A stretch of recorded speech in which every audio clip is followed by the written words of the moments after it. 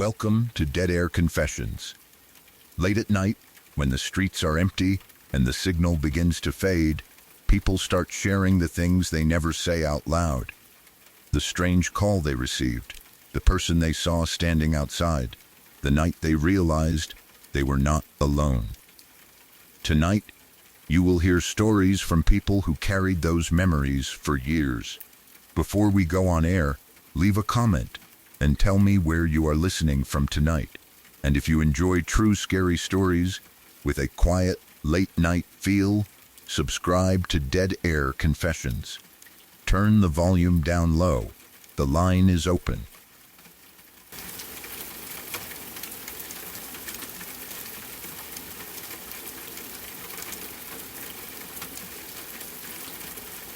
The episode stopped years ago, but sudden severe head pain with blurred or altered vision is not something to treat as paranormal. Visual changes can happen with migraine, but headache plus vision problems can also need urgent medical assessment. If anything similar ever happens again, especially with weakness, confusion, fainting, vomiting, stiff neck, trouble speaking, or a sudden worst ever headache, seek urgent medical care. When I was somewhere between 9 and 13 years old, something strange would happen to me a few times every year. It never happened every day. It was not constant enough that my family could easily see it or understand it. Most of the time, I was fine. I went to school, played, watched videos, talked to my sister, and lived like any other kid. Then, without warning, I would feel a pop inside my head. It was not like hearing a pop from outside. It did not sound like someone cracking their knuckles or a small object snapping. It felt internal, as though something had suddenly shifted or burst on one side of my head. The sensation would come out of nowhere, and it always scared me because I never knew when it was coming. The moment it happened, pain would follow. Not a normal headache that slowly built up over a few hours. It was immediate. 1 second, I could be sitting there perfectly fine, and the next, I would feel that strange pop, and a sharp pain would spread through my head. Sometimes the pain seemed to begin on one side. Then it would move. It would spread across my head until it felt like the entire thing hurt. It was heavy and intense, the kind of pain that made it hard to think clearly. My vision would become fuzzy, too. I could still see, but everything looked wrong. The room would seem slightly blurred or distant, like I was looking through a dirty window or trying to focus after staring at a bright light. I never knew what was happening to me. That was the hardest part. I was young, and when you are a child, you do not always know how to explain pain in a way adults understand. You know something feels wrong, but you do not have the words for it. You do not know whether you are supposed to tell someone immediately, whether it is serious, or whether people will think you are exaggerating. Sometimes I tried to explain it. Most people did not really believe me. They may have thought I was talking about a regular headache. They may have assumed I was tired, dehydrated, stressed, or trying to get out of doing something.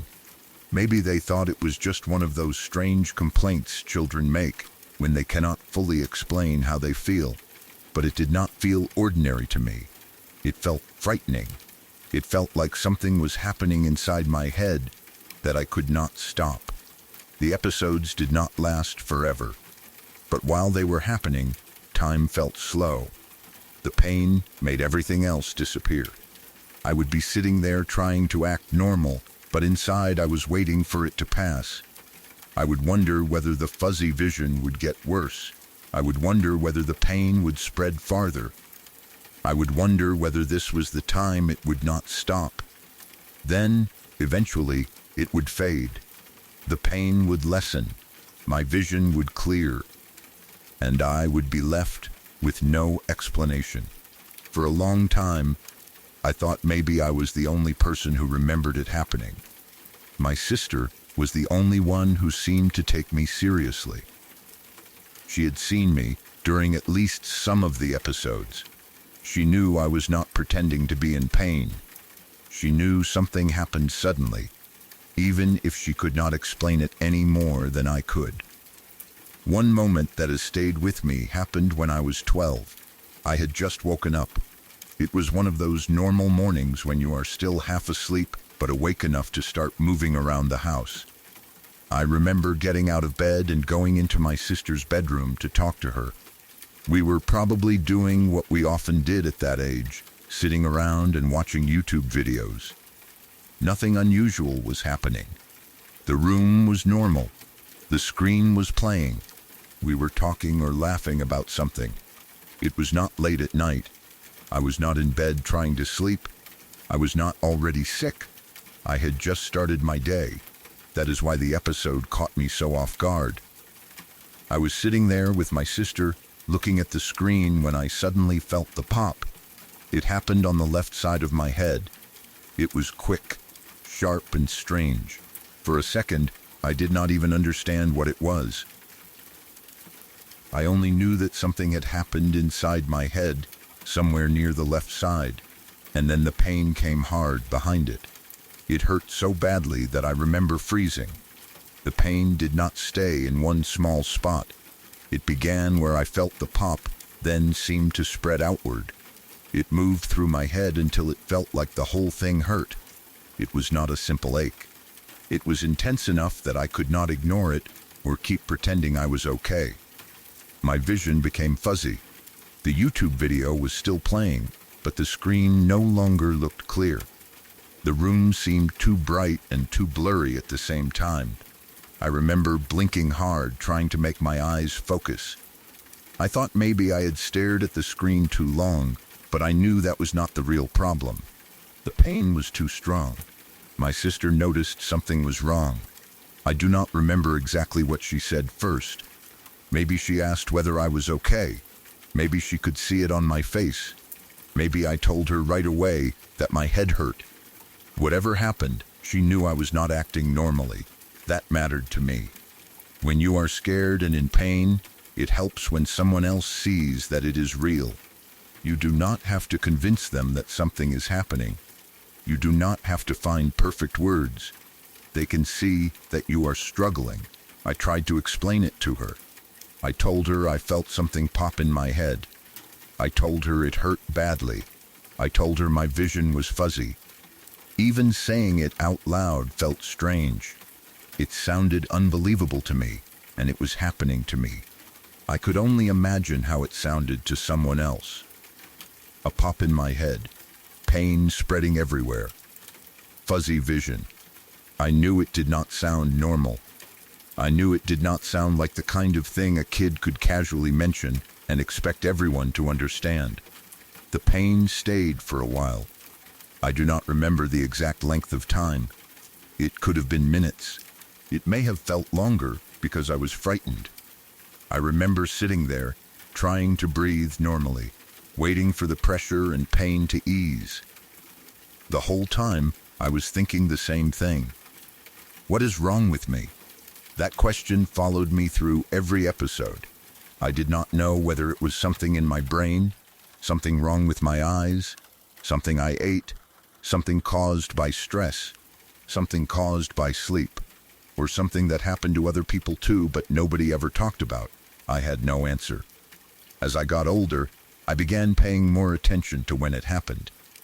Sometimes it seemed to happen after I had woken up. Sometimes it happened when I was sitting normally and doing nothing unusual. Sometimes I wondered whether screens caused it, but it had happened in other situations too. Sometimes I wondered whether it was connected to being tired. Sometimes I wondered whether I had hit my head without remembering. Sometimes I worried that I would suddenly have an episode at school, in front of people, with no way to explain what was happening. That fear was almost as bad as the episodes themselves. I did not want to be the kid who stopped in the middle of something and said there was a strange pop in his head. I did not want people to look at me like I was making something up. I did not want anyone to laugh or dismiss it. So I tried to carry it quietly. Whenever it happened, I would wait for it to pass. I would blink through the fuzzy vision. I would hold my head or sit still. I would try to act like I was okay until the pain faded enough that I could move normally again. I did not think of it as anything supernatural. It did not feel like a ghost story. It did not feel like something in the room was touching me or watching me. It felt physical. It felt like my own body was doing something I could not understand. That made it scarier in a different way. A strange sound in a house can be blamed on pipes. A shadow can be blamed on light.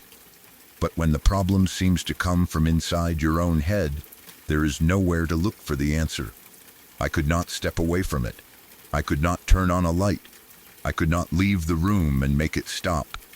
I was trapped inside the experience until it passed. The fact that it only happened a few times a year made it harder for anyone else to understand. If it had happened every day, maybe someone would have taken me to a doctor right away. If I had fainted or fallen down, maybe people would have seen how serious it felt. But it would happen, then stop. Months could pass. I would start thinking maybe it was gone for good. Then one day, it would come back. That first strange pop would happen, and all the fear would come rushing back with it. I remember being especially aware of the left side of my head after that episode when I was 12. I would touch the side of my head sometimes, wondering whether I could feel anything different. Of course I could not. There was no bump. There was no bruise. There was nothing visible that explained the pain. I would look in the mirror and see a normal face. I would go through the day normally. Then I would remember how it had felt, and I would start worrying again. The weirdest thing was that it stopped after I turned 13. There was no final episode that gave me an answer. There was no doctor explaining what had happened. There was no test, no diagnosis, and no clear moment where someone said, "This is why it was happening." It just stopped. One year I realized it had been a long time since the last one. At first, I did not want to trust it. I thought maybe another episode would happen soon. I thought maybe it was only taking a break. I still paid attention whenever I felt even a small headache or noticed my vision getting tired. But months went by. Then more time passed, and it did not happen again. Part of me felt relieved. Another part of me was frustrated. The relief was obvious. I no longer had to sit there waiting for a sudden pop and overwhelming pain. I no longer had to wonder whether my vision would become fuzzy. I no longer had to feel afraid that something was wrong inside my head. But the frustration came from never knowing what it had been. Even now, I still do not know. I sometimes wonder whether it was some kind of headache disorder. Maybe it was related to migraines.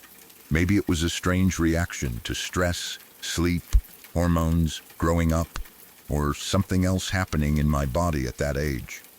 Maybe the pop was not a literal pop at all.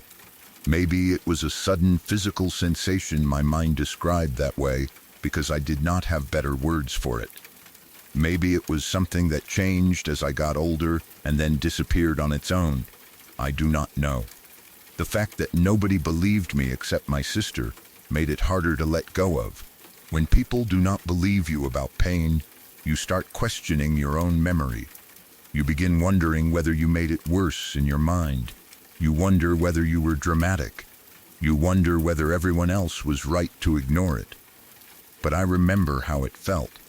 I remember the suddenness of it. I remember the pain spreading through my entire head. I remember the fuzzy vision. I remember sitting with my sister and trying to look at a YouTube video while everything around me felt blurred and wrong.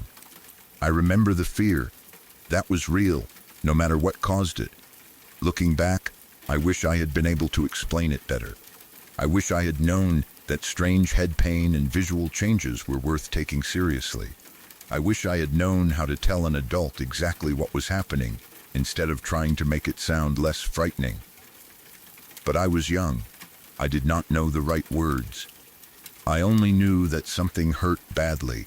It scared me, and then it stopped before anyone could understand it. My sister was the one person who did not make me feel like I was lying. She may not have known what was happening, but she knew I was not making it up. She had seen how suddenly it could affect me. She had watched me go from acting normal to being in visible pain. She knew it was not just me saying I had a small headache because I did not want to do something. That small bit of belief mattered more than she probably realized.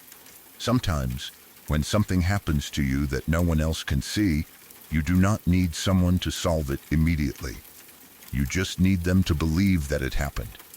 I think that is why the memory of being in her room has stayed so clear. We were watching YouTube videos. It was an ordinary morning. Then I felt the pop. The pain came. My vision became fuzzy. And she was there. She did not have an answer, but she saw me go through it. The episodes eventually stopped, but the mystery never did. I still have no clue what was wrong with me. Maybe there was a simple explanation that no one recognized. Maybe it was something connected to growing up that passed as my body changed. Maybe it was a type of headache that could have been treated or understood if someone had looked into it at the time. Or maybe it was simply one of those strange things that happens in childhood and leaves behind more questions than answers.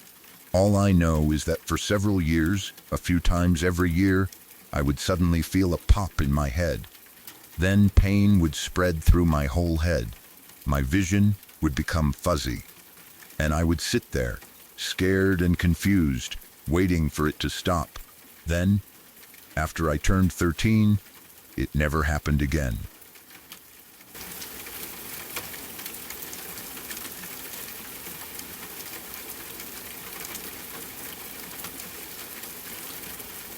When my sister and I were kids, we shared a room. It was not a huge room, but it was ours. We had twin beds in it, one on each side, with just enough space between them for us to move around. There were probably toys, clothes, books, and all the normal things that build up in a child's bedroom. During the day, it was just where we slept, played, argued, and talked when we were supposed to be going to bed. At night, it felt different. Like most kids, we had moments where the dark made familiar things look strange. A pile of clothes on a chair could look like a person. A shadow from the window could stretch across the wall and make the room seem bigger. The sound of the house settling could become something much more frightening if you were lying awake and listening too closely. But usually, having my sister in the room made things feel safer. We were not alone. If one of us got scared, the other was right there. We could whisper across the room. We could tell each other to stop being scared. We could laugh at things in the dark that looked strange once the light came on. Sharing a room was not always perfect, but at night, it meant there was always another person nearby. One night, we were both getting ready to sleep. I do not remember whether it was especially late. It may have been a school night, or it may have been a weekend. I only remember that the house had become quiet. Our parents had gone to their room. The lights in the rest of the house were off, or mostly off. The kind of quiet had settled over everything that only happens when everyone is supposed to be asleep. My sister and I were in our separate beds. The room was dark. There may have been a little light coming in through the window from a street lamp or a porch light outside, but not much. There was enough to make out the faint outline of the room, but not enough to see clearly. I had been drifting off when my sister woke me up. At first, I was annoyed in the normal way a kid is annoyed when someone wakes them. I may have groaned or asked what she wanted. I was tired, and I did not understand why she was talking to me. Then she told me her bed was shaking. She sounded scared. Not joking scared. Not the kind of scared where someone is trying to get attention or start a story before bed. She asked me if my bed was shaking too. I remember pausing for a second and trying to feel it. At that moment, my bed was still. I did not feel any movement under me. The mattress was normal. The frame was normal. Nothing seemed different. So I said no. I told her my bed was not shaking. And almost as soon as I said it, my bed began to move. It was not a little vibration. It was not the kind of tiny movement you might feel if someone walked heavily through the house or shut a door too hard. It was not a small tremor from a truck passing outside. It felt like someone had grabbed the end of my bed and started shaking it from side to side. The motion was strong enough that I noticed it immediately. My body moved with the bed. The mattress shifted beneath me. The frame seemed to pull one way, then the other. It was a side-to-side shaking, like invisible hands were holding the foot of the bed and moving it back and forth. For 1 second, I could not believe it was happening. My sister had just asked me whether my bed was shaking. I had said no. Then it started. The timing was so exact that it made the fear hit even harder. I remember grabbing onto the bed or pulling the blankets close, trying to make sense of it. Maybe I thought my sister was shaking the bed somehow, but she was across the room in her own bed. Maybe I thought a car had passed outside, but the movement did not feel like a vibration coming through the floor. It felt direct. It felt like the bed itself was being handled. My sister screamed. I screamed too. There was no discussion. Neither of us waited to see whether it would stop. We did not try to act brave. We did not try to figure out a logical explanation before reacting. We ran out of the room. I remember the rush of getting out of bed, the panic of trying to find the door in the dark, and the feeling that whatever was shaking the bed might start doing something worse if we stayed there another second. We ran down the hall to tell our parents. We were terrified. When you are a child, you expect your parents to have the answer to everything. You expect them to know what the sound was, what the shadow was, why the house made that noise, or why something moved. Even if you are scared, there is comfort in telling an adult because you believe they can make the fear smaller. We told my mom that the beds had been shaking. We tried to explain that it was not just one bed. My sister had felt hers shaking first. Then mine started too. We told her it felt like someone was grabbing them and moving them side to side. My mom listened, but she did not react like we expected. She said it was probably vibrations from cars outside. That was her explanation. Cars passing on the street could sometimes make a house vibrate. A large truck or vehicle going by could create a low rumble. Maybe the road nearby carried sound or movement through the ground. Maybe the frames of the beds had reacted to the vibration. That was what she told us. At the time, I wanted to believe her because I did not want there to be another explanation. But even as a child, it did not feel right. We did live in a neighborhood. It was not the middle of nowhere. Cars did pass sometimes, but it was not a busy road. There were not many cars coming through late at night, and there definitely were not constant large trucks shaking the whole house. More importantly, the beds did not feel like they were gently vibrating. They felt like they were being shaken. There is a difference between a low vibration and a physical movement. A vibration usually seems to come from everywhere at once. You might hear a distant engine. You might feel the floor hum faintly. A glass of water might ripple a little. The whole room might seem to tremble very slightly. This was not like that. My sister's bed had moved enough for her to wake me up. Then, right after I said my bed was not moving, mine started moving too. It seemed personal. That is the word I always come back to. The shaking did not feel random. It felt like whatever was happening had shifted from her bed to mine. I remember looking at my sister after we got to our parents. She was as scared as I was. That made it harder to dismiss. It was not just one child waking from a nightmare. We had both been awake. We had both felt something move. We had both run out of the room. Of course, there are plenty of possible explanations. Maybe one of us moved in bed and made the frame shake in a way that seemed stronger than it was. Maybe the floor was uneven.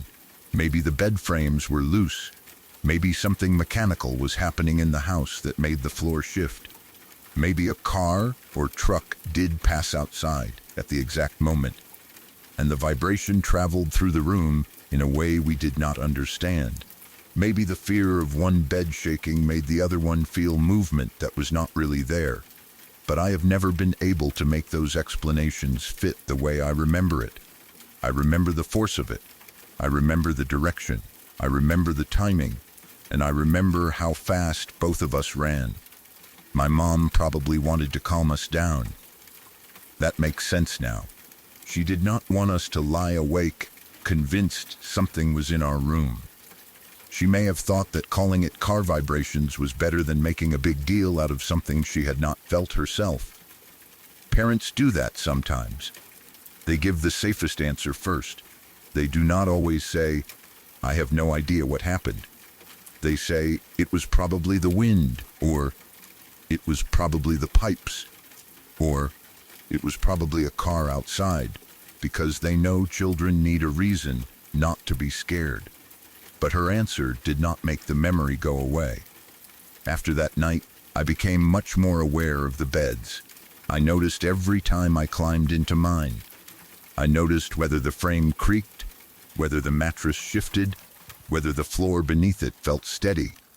I would lie there and wonder whether it would happen again. Sometimes I would ask my sister if she felt anything. Sometimes she would ask me. For a while, neither of us wanted to be the first one to fall asleep. The room itself had not changed. The twin beds were still where they always were. The same furniture was there. The same window, the same walls, the same door. During the day, it looked harmless, but after the shaking, the room had a different feeling at night. The empty space between the beds seemed larger. The dark underneath the bed seemed deeper. The foot of the bed became the place I did not want to look toward. That was where it had felt like someone was grabbing it. Not the side near the wall, not the headboard. The end, the part closest to the open room. I started imagining hands there. I did not want to, but once that image gets into your mind, it is hard to remove. I would lie under the blankets and picture something crouched near the foot of the bed, invisible in the dark, waiting to shake it again. I knew it was probably my imagination. But fear does not need proof to grow. It only needs one unexplained moment. I do not remember the beds shaking again in exactly the same way after that. Maybe it happened once more. Maybe there were other small noises that felt strange. But nothing stayed with me as clearly as that first night. The reason it remained so frightening was because it was shared. If I had been alone, I might have convinced myself I was dreaming.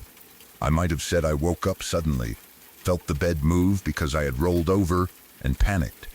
I might have eventually forgotten it. But my sister felt it first. She woke me up to ask if my bed was shaking too. Then mine began shaking. The fact that she noticed something before I did has always made the memory harder to dismiss.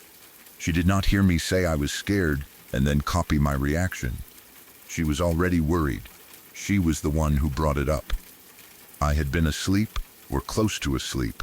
My bed had been still until that moment. Then the shaking started. I have thought about whether she might have moved her bed herself somehow. Maybe she had been restless, rocking it without realizing it. Maybe her movement traveled through the floor. Maybe when she spoke to me, I shifted in bed and made my own frame shake. But the beds were separate twin beds. They were not connected. They were not bunk beds. There was space between them. One person moving should not have made the other bed shake hard from side to side.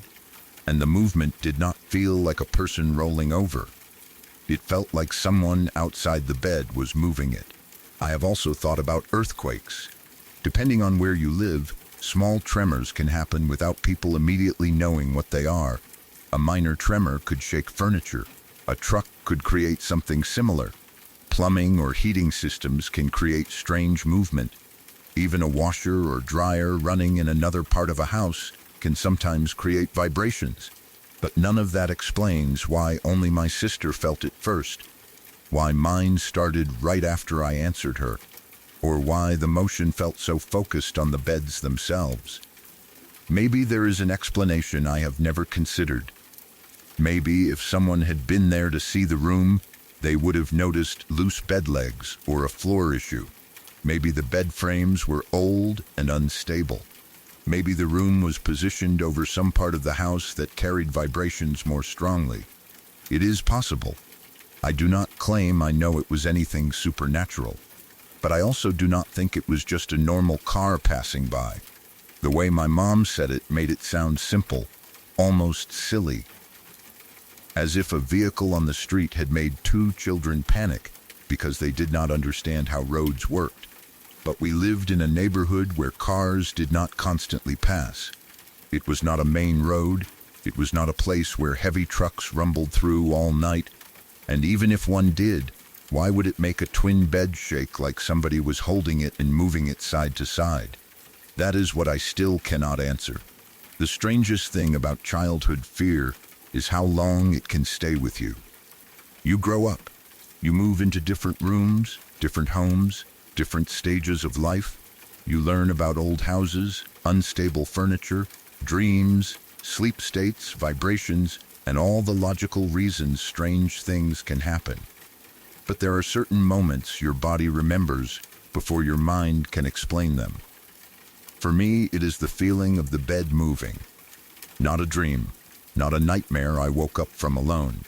The real physical sensation of the mattress shifting beneath me, one side and then the other, while my sister screamed from across the room. I remember getting out of bed and running.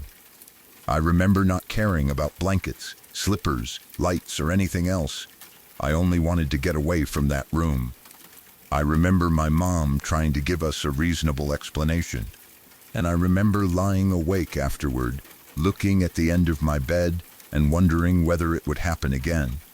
That was the scariest thing that ever happened to me. Not because I saw a figure, not because I heard a voice, not because something chased me. It was scary because something touched the one place where I was supposed to feel safe. My bed. A bed is supposed to be still. It is supposed to be the place you climb into when the day is over. It is supposed to be familiar. You know how it feels beneath you. You know the sounds it makes when you move. You know exactly where the edge is, where the blankets are, where the pillows are. That night, it stopped feeling safe. It moved as though someone else had control of it. And even now, I do not know exactly what caused it. Maybe it was vibrations from cars outside. Maybe it was a strange problem with the floor or bed frame. Maybe it was some kind of movement in the house that neither of us understood. Or maybe it was something else entirely. All I know is that my sister felt her bed shaking first. She woke me up to ask whether mine was doing it too. I said no. Then my bed began to shake, and we both ran out of that room terrified.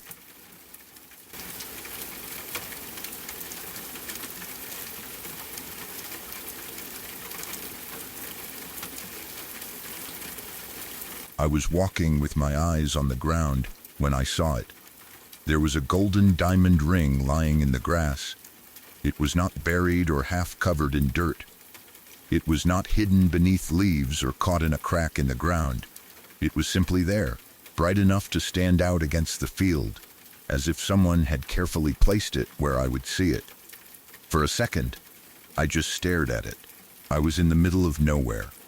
There were no nearby houses, no busy road, no parking lot, no people walking around.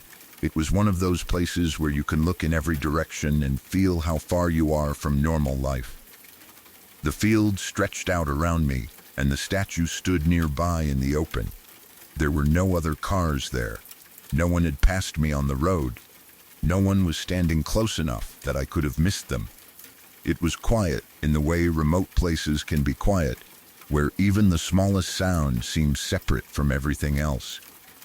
I could hear myself moving through the grass. I could hear the faint sound of the wind, if there was any. But there were no voices, no engines, no footsteps coming toward me. Just the ring. I bent down to pick it up. It looked like a wedding ring. It was gold, with a diamond set into it. I was not an expert on jewelry, but it did not look cheap or fake. It looked important. It looked like the kind of ring someone had worn for years, the kind of object that carried a whole life of memories with it. I remember turning it slightly in my fingers and looking at it more closely. It was beautiful, but it also made me uneasy. Finding a ring in a crowded place would have been one thing. Someone could have dropped it in a store, a parking lot, a restaurant, a park, or on a sidewalk. There would be plenty of possible explanations. A person could have taken it off for a moment, lost it while carrying groceries, dropped it getting out of a car, or forgotten it after sitting down somewhere. But this was not a crowded place. It was a field. It was far from town. There were no people around. And there was a statue standing nearby, which made the whole thing feel stranger even before anything else happened. At that moment, I heard someone crying. It was not a loud scream. It was not a distant sound that could have been an animal or the wind. It sounded like a woman sobbing. I froze. For a second, I thought I had imagined it. I was alone in an open field, holding a ring I had found on the ground. There was no one around. I had looked up and down the road. I had seen no parked cars except my own. I had not heard anyone walking behind me. Then I heard the crying again. I turned around. An older woman was standing behind me. She was sobbing. I cannot explain where she came from. That was the first thing that struck me. It was not like I had been distracted for a long time. I had only bent down to pick up the ring. I had looked around before that. The area was open. There were no thick trees right beside me, no buildings, no parked cars, no crowd to hide in. But suddenly, there she was. She was standing a short distance away, crying like she had been there for a while. I was confused, but I asked her if she was okay. I remember standing up quickly, still holding the ring, trying to make sense of the situation. I did not know if she was hurt, lost, upset about something unrelated, or looking for help. She looked at me through tears and said she had lost her wedding ring. For a moment, I forgot what I was holding. That sounds ridiculous now, but it happened so fast. I had found the ring, heard crying, turned around, and suddenly there was an older woman telling me she had lost the exact kind of ring I had just picked up. My mind had not caught up. Then I remembered. I looked down at my hand and said something like, "Is this it?" I held the ring out to her. She walked toward me slowly, still looking shocked. When she saw it, her expression changed completely. She stared at the ring as if she could not believe it was real. Then she asked me where I had found it. I pointed to the spot in the grass where I had picked it up. I told her it had been lying there on the ground. She seemed overwhelmed. She thanked me again and again. She looked at the ring like it meant more to her than just an expensive piece of jewelry. There was emotion in the way she held it. It felt like it represented a marriage, a person, a memory, or something she had been afraid was gone forever. She told me she had not lost it there. That was another part that made no sense. She did not say she had dropped it in the grass nearby. She did not say she had been searching the field. She did not say she had come back to look for it. She said she had not lost it there. I remember not knowing what to say. I was holding a ring I had found in a place where she claimed she had not lost it. She had appeared in a field where I had not seen anyone, and she was crying so hard that it felt wrong to ask too many questions, so I did not. I just handed her the ring. She took it carefully. Then she walked toward the statue. The statue had been there the whole time. It stood alone in the field, far from town, and far from anything that would make the place feel normal. I do not know whether it marked something important, whether it was religious, historical, personal, or simply old. I only know that it was there, and she seemed to know exactly where she wanted to go. I watched her walk up to it. At that point, I started walking toward my car. I was still confused, but I was trying to think logically. Maybe she had come from a nearby path that I had not noticed. Maybe there was another vehicle hidden somewhere beyond the field. Maybe she had been visiting the statue, or whatever it represented. Maybe she had lost the ring somewhere else and somehow found her way to the same place I did. None of it fully made sense, but I was trying. I reached my car and looked back.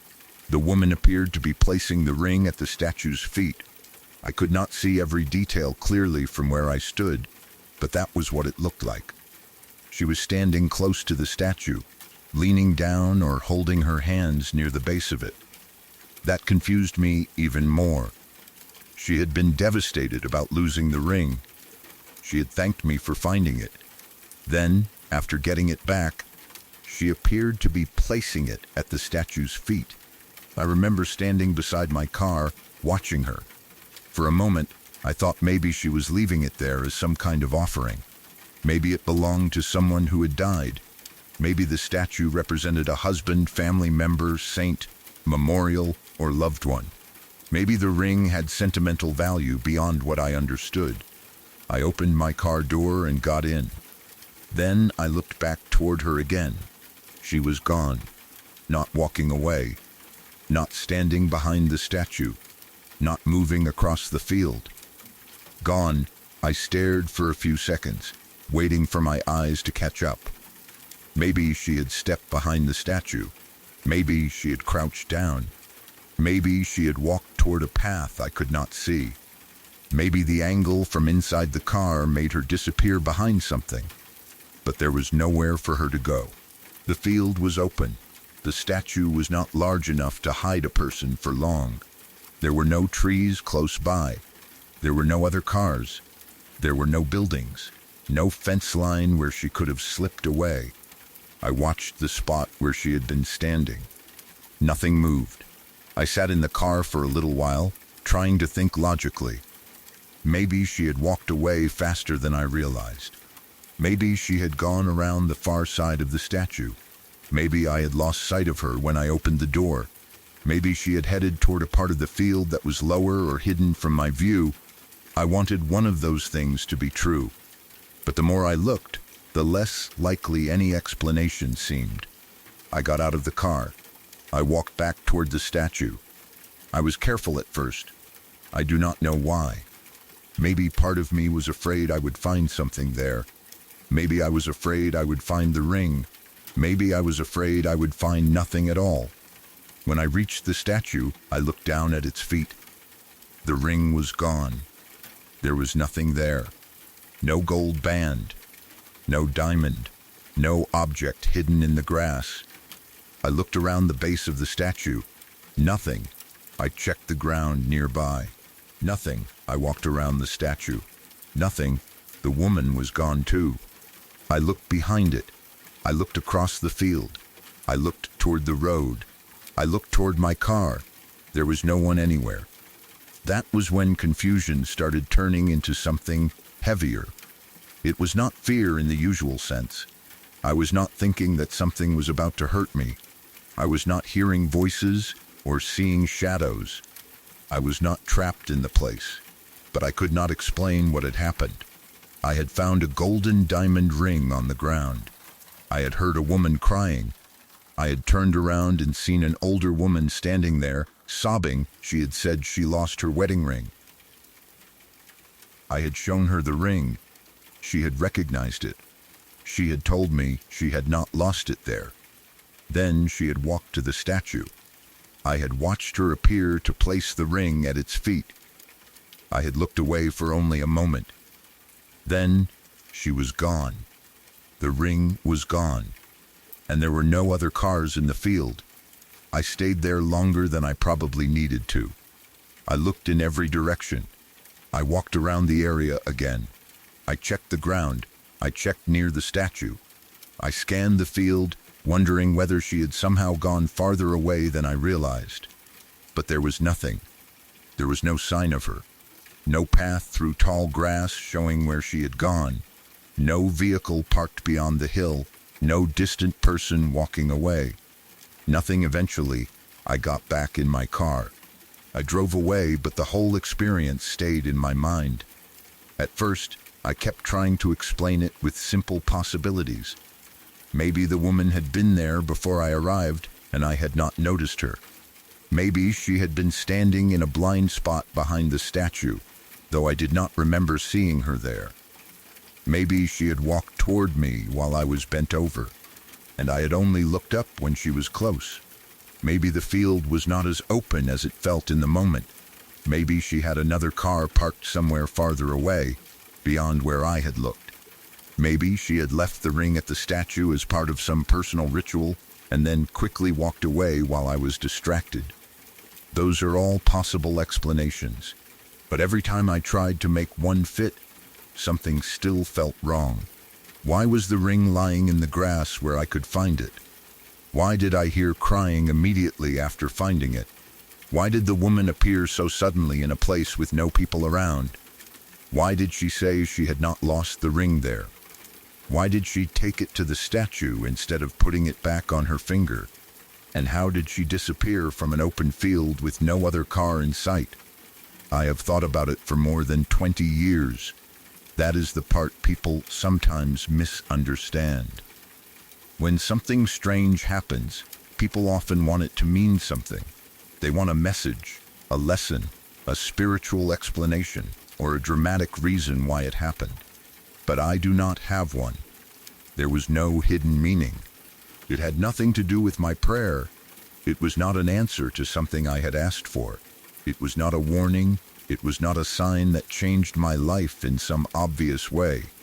It was simply one strange experience that happened in the middle of nowhere and never made sense afterward. I have wondered whether the woman could have been grieving someone. The wedding ring made me think of marriage. The statue made me think of a memorial. Her crying made me think of loss. Maybe she had been married to someone who had died. Maybe the statue was connected to him. Maybe she had lost the ring years earlier and somehow believed it belonged there now. Maybe I had stumbled into a private moment that was so emotionally intense that I misunderstood what I saw. That is possible, but it does not explain how she vanished. I have wondered whether she was a real person who did not want to be seen. Maybe she took the ring, walked behind the statue, and moved quickly through the field while I was focused on opening my car door. Maybe I simply lost track of her. Maybe she had been more mobile than I gave her credit for. Maybe she knew the area well and took a path I did not see. But I looked. I got out of the car. I walked back. There was nowhere obvious for her to go. I have wondered whether I dreamed part of it. Maybe I found the ring, then became overwhelmed by the isolation of the place, and imagined the woman. Maybe I was tired. Maybe my mind filled in details after hearing some sound in the distance. Maybe I created a story around something ordinary because the situation was already strange. But I remember speaking to her. I remember her voice. I remember holding out the ring. I remember the look on her face when she saw it. I remember watching her walk to the statue. It did not feel like a dream. I have wondered whether the ring was never real. Maybe I saw sunlight on something in the grass. Maybe I picked up something else. Maybe I imagined the entire exchange. But that does not fit either. I remember the weight of the ring in my hand. I remember the gold color. I remember the diamond catching the light. It was there. Then it was gone. I have also wondered whether someone could have been playing a trick on me. Maybe it was staged. Maybe someone left the ring there, waited nearby, and came out pretending to have lost it. Maybe they wanted to see what I would do. Maybe the statue was part of some prank or strange ritual. But that would require other people, other cars, and some way to disappear without being seen. It would also require someone to know I would stop, see the ring, and pick it up. Again, possible in theory, not convincing in reality. The place was too isolated, the timing was too strange, and the woman's reaction seemed too real.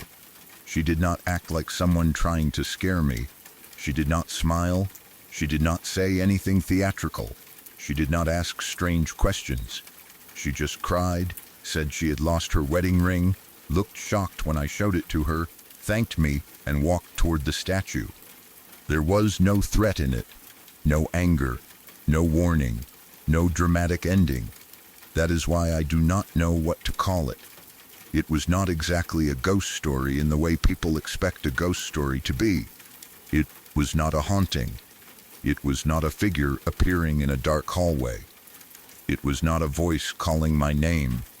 It was an older woman in a field, a gold ring, a statue, and a disappearance that I still cannot explain.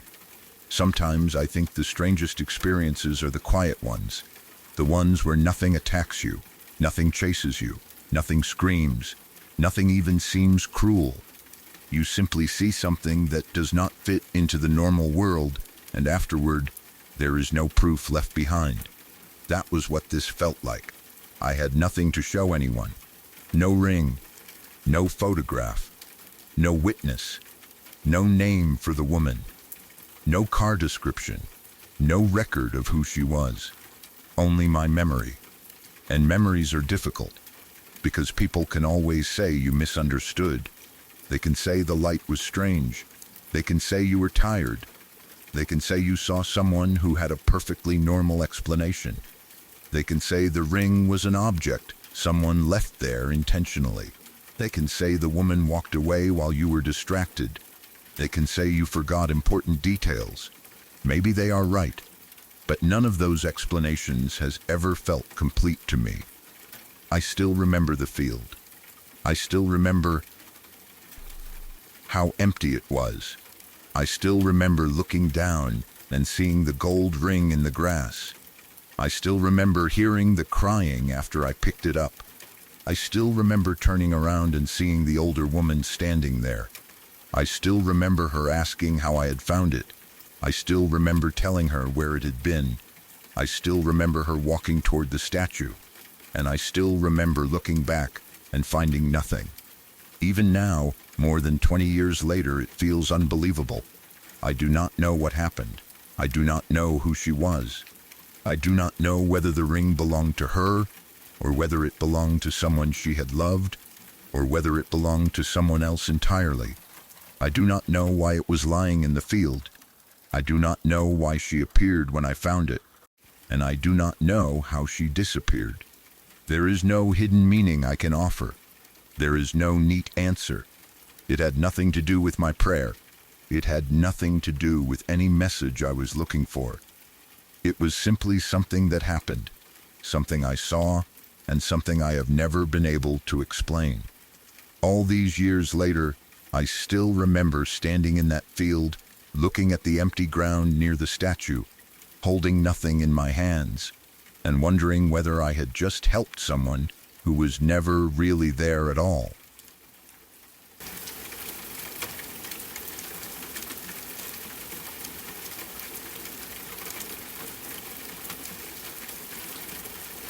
My friend grew up in a house on the main street of our town in northern New Jersey.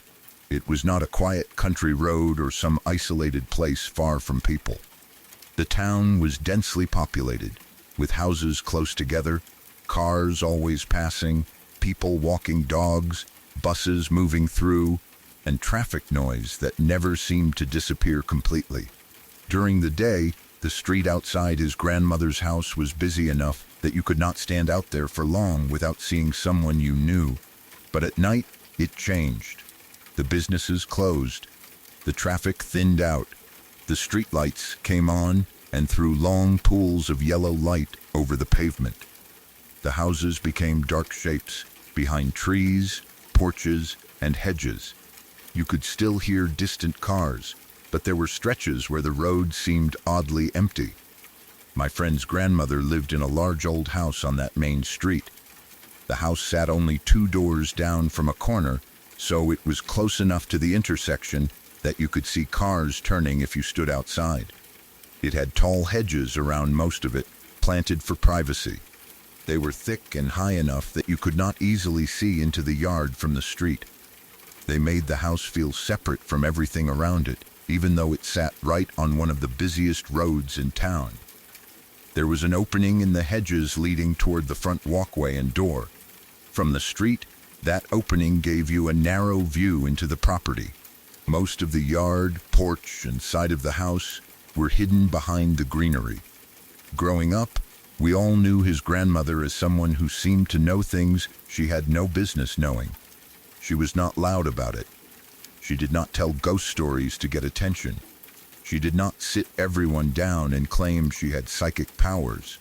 She was simply one of those older people who would say something before anyone else had brought it up, or look at you in a certain way and ask a question that hit too close to whatever was happening in your life. She would know when someone had been fighting with their parents. She would ask why someone looked tired before they admitted they had not slept. She would tell my friend to call a relative, then later he would find out that relative had been having a hard time. Sometimes it was probably intuition. Older people notice things. They read faces better than younger people do. They hear the way your voice changes, notice when you avoid eye contact, and remember details you forgot you ever told them. But sometimes it felt like more than that. There were moments when she would know something that had not been spoken out loud, and nobody could explain how. Because of that, I always found her a little intimidating. Not in a bad way. She was not mean. She was not someone who made you feel unwelcome. But if you were a teenager trying to hide something, she had a way of looking at you that made you wonder whether she already knew every detail. One night, my brother and I went over to pick up our friend. We were planning to go drinking. We were young, stupid, and at that age where a night out did not feel complete, unless you were doing something you probably should not have been doing. We had made plans, and my friend was supposed to meet us outside after getting ready. I do not remember the exact time, but it was late enough that most of the neighborhood was settled down. The streetlights were on. The windows in most houses were dark. There were no kids playing outside, no people sitting on porches, and no steady traffic moving past. My brother and I parked near the house and walked up to the front door. We rang the bell. My friend's grandmother answered. I remember her opening the door and looking at us. She knew who we were, of course. We had been around enough over the years that we were not strangers. She may have asked who we were waiting for, or told us he would be down in a minute. Nothing about the conversation was unusual. She did not seem upset. She did not warn us about anything. She did not say she had a bad feeling. At least, not then. We thanked her and went back toward the street to wait. The hedges were tall on either side of the front opening. The sidewalk ran along the road, and the streetlights created that strange nighttime visibility where you can see certain areas clearly, but everything between them is darker than it should be. My brother and I stood near the curb, talking quietly while we waited. We may have been joking about the night ahead. We may have been checking the time, looking toward the house, or talking about whether our friend was taking too long. It was an ordinary few minutes. Then we noticed someone walking toward us. He was coming down the street from the direction of the corner. At first, there was nothing immediately threatening about him. People walked down that street all the time. It was a main road. Someone walking home late was not impossible. Maybe he had been visiting someone. Maybe he had gotten off a bus. Maybe he was heading home after work. Northern New Jersey towns are busy enough that you do not always think twice about seeing a person on the sidewalk. But something about him looked strange. He was dressed in what looked like a 1920s zoot suit. That is the closest way I can describe it. His clothes looked old-fashioned. The shape of the suit stood out even in the low light. It seemed too formal for a person walking alone down a residential street late at night. It did not look like someone dressed for a party or wearing a modern suit. It looked like he had stepped out of another era. The outfit was dark, and the streetlights should have made him easier to see as he got closer. Instead, they did the opposite. Even though he was walking directly beneath the streetlights, he never seemed fully lit. That was what made my brother and me start paying attention. Normally, when someone walks under a street lamp, you can see their face. Maybe not perfectly, but enough to tell whether they are young or old, what color their hair is, whether they are looking at you, and what kind of expression they have. With this guy, we could not see any of that. The streetlights made the sidewalk around him visible. They lit the pavement, they lit the hedges, they lit the road. But he remained mostly a silhouette. It was as if the light was behind him instead of above him. The outline of his body was there, but his face stayed dark. His clothes stayed dark. The closer he got, the less sense it made. I remember watching him and trying to understand why I could not see him properly. He was walking toward us from a direction where the lamps should have lit him from the front and above. There was no reason for him to be backlit, but that was how he looked, like a tall, dark figure with light somewhere behind him. The weird thing was that he did not seem to move like a normal person either. I cannot say that he floated or glided. I do not want to make it sound more dramatic than it was. But he seemed unusually smooth, almost too steady as he came down the sidewalk. I do not remember hearing his footsteps, even though the street was quiet enough that we probably should have. My brother noticed him too. Neither of us said anything right away. Sometimes when something feels strange, you wait to see whether the other person reacts. You do not want to be the first one to say, "Does that guy look weird?" Because maybe it is nothing. Maybe you are tired. Maybe the lighting is bad. Maybe you are making a normal person into something unsettling because it is late. But I could feel that my brother was watching him too. The man kept walking toward us. He came closer. The streetlight above him should have revealed more detail. It did not. His outline remained dark. His face remained impossible to make out. He looked like someone wearing a suit from another time, but he did not look fully real in the way a normal person would. It felt like the streetlights passed around him, rather than touching him. The closer he got, the more uncomfortable I became. He was maybe 25 feet away when he reached the area near the hedges. That was close enough that we should have been able to see his face clearly. We could not. The opening in the hedges was only a short distance from where we were standing. If he kept walking in a straight line, we expected him to pass directly in front of it. For a few seconds, he would be fully visible in the open space between the hedges and the street. My brother and I both watched him approach that point. At the same time, my friend's grandmother was suddenly behind us. I do not know how she got there so quietly. 1 second, we were standing at the edge of the street, focused on the figure walking toward us.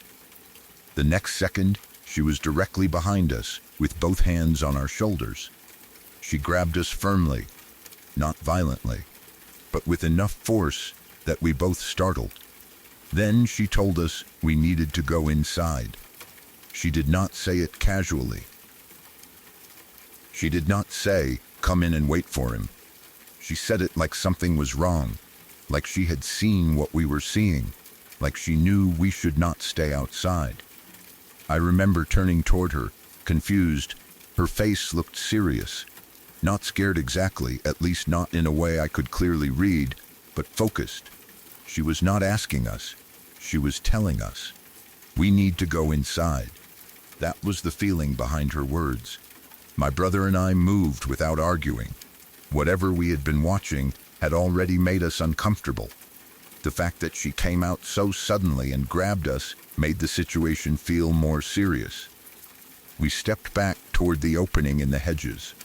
As we did, I looked toward the sidewalk again. The man should have been there. He had been walking directly toward the hedge opening. He was only about 25 feet away. There was nowhere for him to go without passing us or moving into the road. But he never passed the opening. He did not walk in front of the hedges. He did not reach the point where we should have seen him clearly. He was simply no longer there. I remember looking down the street in both directions. Nothing. No man in a suit. No person walking away. No one crossing the road. No one standing under the streetlights. The sidewalk was empty. The street was empty. My brother and I followed my friend's grandmother inside. Once we were in the house, the normal warmth and light of it felt strange compared to what had just happened outside. The house smelled familiar. The hallway was lit. There were ordinary sounds from inside, maybe a television in another room or the quiet movement of someone upstairs. But neither of us felt normal. I remember looking at my brother and seeing that he had the same expression I probably had. Confused, unsettled, trying to decide whether we had really seen what we thought we saw. My friend's grandmother did not explain much. That was another thing that stayed with me. She did not laugh. She did not tell us we had imagined it. She did not say it was a neighbor. She did not ask whether we were drunk, even though she knew we were going out to drink. She had come outside, grabbed us, and told us to go in. That was all. Maybe she had seen someone suspicious and wanted to protect us. That is the most logical explanation. An older woman sees two young men standing outside late at night while some strange-looking man walks toward them. She comes out, gets them inside, and does not want to make a big scene. That would make sense, but it still did not explain why the man vanished. Less than a minute later, my brother and I went back outside. I do not remember exactly why. Maybe we felt stupid standing inside, scared of some guy on the sidewalk. Maybe our friend finally came downstairs. Maybe we wanted to confirm whether the man had simply continued walking. We stepped back toward the street. The sidewalk was empty. We looked toward the corner. Nothing. We looked in the other direction. Nothing. There were no cars pulled over. No one standing near the curb. No man moving away in the distance. The streetlights lit every part of the sidewalk we could see. There was no one there. The whole thing had happened in less than a minute. That was the part I could never understand. If he had been a real person, he should have gone somewhere. He could have turned down the corner, but he had not reached the corner when we saw him last. He could have gone into a driveway, but there were no open driveways close enough for him to disappear that quickly. He could have stepped behind the hedges, but he never passed the opening, and the hedges belonged to my friend's grandmother's property. He could not have walked through them. He could have run, maybe, but we did not hear running footsteps. We did not see him move quickly. We did not see him turn. He was there, walking toward us in that strange dark silhouette. Then he was gone. For the rest of the night, my brother and I kept talking about it. We asked each other what we had seen. We tried to describe the suit. We tried to figure out whether it was really a zoot suit or whether we had simply seen an old-fashioned suit in bad lighting. We tried to figure out whether the streetlights had created the silhouette effect. Maybe there had been a car behind him with headlights pointed in our direction. But there had been no car. Maybe the lights were flickering. But the streetlights around him seemed normal. Maybe he had been wearing a hat that shadowed his face. But even then, it did not explain why the rest of him remained so dark. Maybe he was just a person who did not want to be seen. But that did not explain why he disappeared before reaching us. The more we tried to explain it, the stranger it became. I remember asking my friend later whether his grandmother said anything about it. Maybe she had seen the man before. Maybe she knew some story about the neighborhood. Maybe she knew why she told us to go inside so urgently. But I do not remember getting a clear answer. That was just how she was sometimes. She did not always explain herself. She would act on a feeling, say something brief, and leave everyone else to wonder how she knew. Over the years, I thought about the old house and the street outside it. The town had history. Northern New Jersey has a lot of old neighborhoods, old homes, old roads, families who have lived in the same place for generations. Every town has stories that get passed around.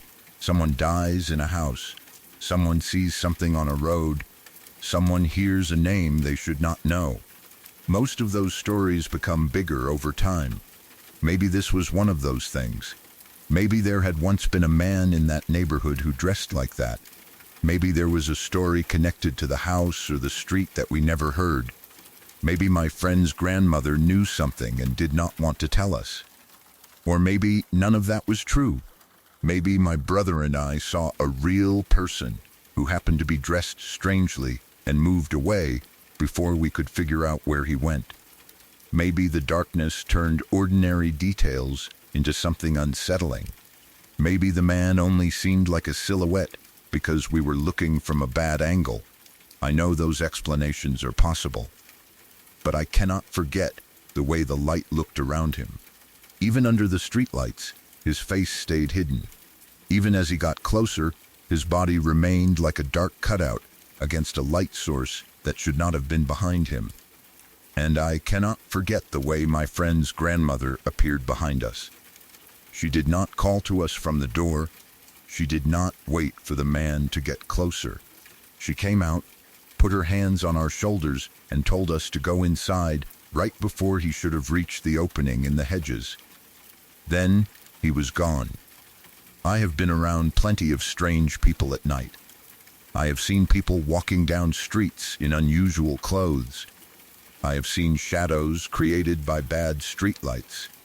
I have seen people disappear around corners and into dark driveways. Most unexplained things turn out to have normal explanations once you look long enough. But this did not. There was no path for him to take. There was no car waiting. There was no doorway nearby. There was just a main street, a line of hedges, a corner 2 houses away, and a man who looked like he belonged in another decade. Maybe he was real. Maybe he was not. I do not know. What I do know is that my brother saw him too. We both watched him walk toward us. We both noticed that something was wrong with the way the streetlights hit him, and we both saw that he never passed the opening in the hedges. Then, in less than a minute, there was nobody on the street. That is why I still think about it. Not because I want it to be a ghost story. Not because I want to believe my friend's grandmother had some supernatural ability, but because there are some moments that do not fit. You can call them tricks of light. You can call them bad memory. You can call them coincidence. But when you have a clear view of a person walking toward you, when someone you trust reacts before you even speak, and when that person is suddenly gone from an empty street, it stays with you. Even now I can picture those streetlights. I can picture the dark hedge opening. I can picture the old house behind us. And I can picture that silhouette in the suit walking down the sidewalk as though he was coming straight toward us, then never arriving.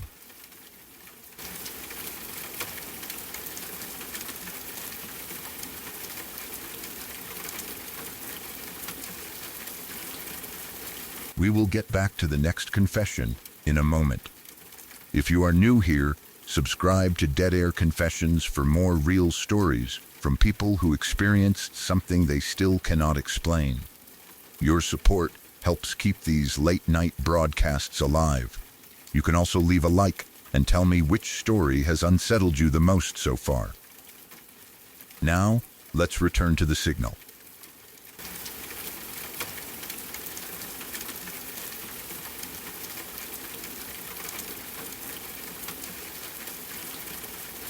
I was walking my dog down a rural road at night when it happened. The road ran through an oak forest, with trees packed close on both sides. During the day, it was a normal place to walk. The road was quiet, mostly used by local people, and the trees made it feel peaceful. You could see the rough bark of the oaks, the uneven ground beyond the shoulder, and the way the branches stretched over parts of the road. At night, it felt completely different. There were no streetlights. There were no nearby houses with porch lights shining through the trees. There were no cars passing often enough to make the road feel occupied. Once the sun went down, the forest became a wall of darkness on both sides. The road was visible only because my eyes had adjusted enough to see the pale strip of pavement ahead of me. Beyond that, everything blended together. The trees became tall black shapes. The brush along the roadside became a darker line against the dark ground. Every opening between the trunks looked like a place where something could be standing. I had taken my dog out plenty of times before. He was used to the road. He knew the smells of the woods, the sounds of animals in the brush, and the occasional movement of something crossing the pavement ahead of us. Sometimes he would stop and sniff at the edge of the road. Sometimes he would pull slightly toward a smell I could not notice. Other times he would hear an animal before I did and become alert. But he was usually easy to read. If he noticed a rabbit or a raccoon, he would get curious. If he smelled another dog, he would pull forward and sniff. If there was a deer nearby, he would stiffen a little, lift his head, and stare into the trees. That night, his reaction was different. We had been walking for a little while. The road was quiet, the forest was still, and I was probably thinking about nothing important. Maybe I was looking down at the pavement so I would not trip. Maybe I was listening to my dog's paws moving beside me. The night had that deep rural quiet where even your own breathing can seem loud. Then my dog stopped. At first, I did not think much of it. Dogs stop all the time. They catch a scent, hear something, or simply decide they want to inspect a patch of grass. I expected him to pull toward the side of the road or lower his head to sniff. Instead, he stood still. His body became tense. Then he started growling. It was not a playful growl. It was not a short warning sound either. It was a low, deep, aggressive growl that seemed to come from his chest. The kind of growl that makes you stop immediately because you know the dog has noticed something it does not like. He was focused on the side of the road. I looked in the same direction. At first, I could not see anything. The forest was too dark. The tree line began only a few feet from the road, and the space beneath the oaks was almost completely black. I stood there with the leash in my hand, trying to listen. Nothing moved. There was no rustling in the brush, no branches snapping, no sound of an animal running away, no distant footsteps. The road behind us was empty. The road ahead of us was empty. There were no headlights, no engine noise, no voices, and no sign that another person was nearby. My dog continued to growl. That was when I started feeling uneasy. At first, I assumed it was an animal. A raccoon, maybe, a skunk, possibly a deer or a stray dog hidden just beyond the edge of the road. Living near an oak forest means you get used to animals being nearby, even when you cannot see them. They move through the brush quietly. They freeze when they hear you coming. They watch from the tree line, then disappear the moment you get too close. I tried to tell myself that was all it was, but the darkness felt too still. If it had been a raccoon or skunk, I expected some movement. A rustle, a flash of eyes, a small shape shifting between the trees. Something. There was nothing. My dog's growl got lower. He was not barking. He was not lunging. He stood with his attention locked in one direction, as though he could see something perfectly well in the dark. I tightened my grip on the leash. I stood there for a few seconds, trying to decide whether to keep walking or turn around. Part of me did not want to get closer. Another part of me wanted to know what had made my dog react that way. I could not see enough to feel safe, but I also did not want to walk away without knowing whether there was an animal nearby. So I stepped closer to the side of the road. The shoulder was uneven. There was dirt, dead leaves, small roots, and patches of grass leading toward the trees. I moved slowly, keeping my dog near me and looking toward the place he was staring at. Then I saw something. At first, it looked like a black object on the ground. It was not moving. It was too dark to identify clearly, but it seemed different from the leaves and branches around it. It was sitting near the base of one of the oak trees, partly in the shadow where the forest began. I stopped again. The shape was too solid to be a shadow. It could have been a bag. It could have been a piece of clothing. It could have been trash someone had thrown from a car. It could have been a dead animal. I did not know. My dog continued to growl, and the sound made the object feel more threatening than it probably was. I reached into my pocket for my phone. This was before smartphones had powerful flashlights built into them. I had a flip phone, the kind that did very little beyond calling, texting, and giving off a weak glow when you opened it. I pulled it out and flipped it open. The small screen lit up. It was not much light, but it was enough to make the darkness in front of me less complete. I held the open phone out in front of me, angling the screen toward the object. The light barely reached it first. Then I stepped closer. The screen glow caught the edge of something dark and uneven. Black fur. A curved horn. For a second, my mind refused to understand what I was seeing. I thought it might be some kind of animal skull.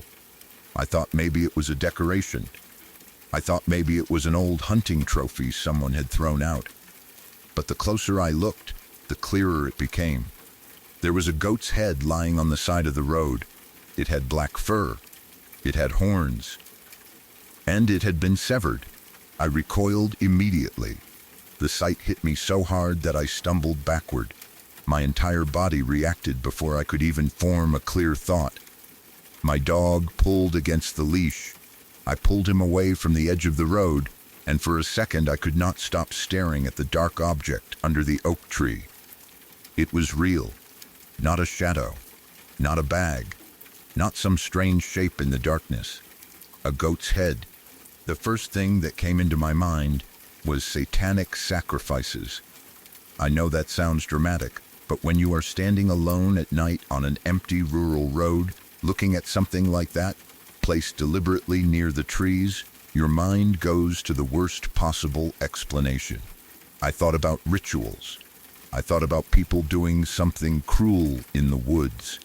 I thought about the possibility that whoever left it there might still be nearby. That was what made the fear become much worse. I looked around quickly. I scanned the road behind me. Nothing. I looked down the road ahead. Nothing. I looked into the trees. The oak forest was completely dark. Every gap between trunks looked deeper than it had before. Every patch of darkness seemed like it could hide a person. I began imagining someone standing just beyond the reach of the phone's weak screen light, watching me from the trees. The dog's growling did not help. He kept staring toward the object, but I could not tell whether he was reacting to the goat's head, the smell of blood or decay, another animal nearby, or something I could not see. For a moment, I considered calling someone, but I did not want to stand there any longer. I did not want to pull out my phone and start talking while I was alone beside an empty road, especially if there was a chance someone was nearby. I did not want to shine more light around and make myself obvious. I just wanted to get away. So I turned around and started walking home. At first, I walked quickly. Then I started moving faster. I kept my dog close and looked over my shoulder more than once. Every time the road curved or disappeared behind trees, I wondered whether I would see someone standing there. Every time my dog reacted to a sound, I felt my heart jump. The road seemed longer on the way back. The dark trees felt closer. The silence felt more threatening. I kept imagining that whoever had placed the goat's head there had seen me find it. I imagined someone stepping out of the forest. I imagined headlights coming up behind me. I imagined hearing footsteps on the pavement. None of that happened. I made it home without seeing another person or car. But once I was inside, I could not stop thinking about what I had found. The image stayed in my mind. The black fur, the horns, the way it had been sitting at the base of the oak tree. The fact that it did not look like roadkill or an animal that had died naturally. It looked placed there. That was what disturbed me most. It seemed deliberate. Someone had put it there, not tossed it randomly in the woods, not left it in a ditch where it might have been thrown from a vehicle. It was positioned near the tree, facing the road. At least, that was how it looked in the darkness. I spent the rest of the night trying to talk myself out of the worst possibilities. Maybe it had been left by a hunter. Maybe someone owned goats nearby and had disposed of an animal in a careless or disgusting way. Maybe a wild animal had dragged it there. Maybe there was some farm or butcher operation I did not know about. Maybe it was part of a Halloween prank. Maybe there was a completely ordinary reason for it, even if it was still disturbing. But none of those explanations made me feel much better. I kept thinking about the location. Why there? Why at the base of an oak tree? Why facing the road? Why in a place where someone walking at night would find it? The next day I went back in daylight. I do not know what made me return. Part of me wanted proof that I had not exaggerated what I saw in the dark. Part of me wanted to make sure it had been real. Maybe I hoped that in daylight it would turn out to be something less disturbing than I thought. Perhaps it would be a damaged decoration. Perhaps it would be an old animal skull. Perhaps I had misunderstood the shape because of my flip phone's tiny screen light and my own fear. But when I reached the spot in daylight, the goat's head was still there, and it was exactly what I thought it had been. It had been severed. It was sitting at the base of the oak tree. The black fur and horns were clear now. There was no darkness to blame, no poor lighting, no possibility that it was a bag or a fallen branch. It was real, and it looked even more deliberate in daylight. The tree stood right beside the road, its roots rising through the dirt and leaves. The head had been set at the base of it, turned toward the road as if someone had placed it there for passing cars or people to see. That detail made my skin crawl. It was not hidden. It was displayed. I stood there for a few moments, looking around the daylight version of the forest. Everything appeared normal. The road was still quiet, but it was not as frightening in the sun. I could see the trees clearly. I could see the brush. I could see the spaces between trunks. I could see that there was no one standing nearby. But that did not make the scene less disturbing. If anything, it made it worse. At night, fear had made everything feel supernatural. In daylight, it was simply a real and ugly thing someone had left on the roadside. I looked around for signs of what might have happened. Tire tracks, footprints, a path into the woods.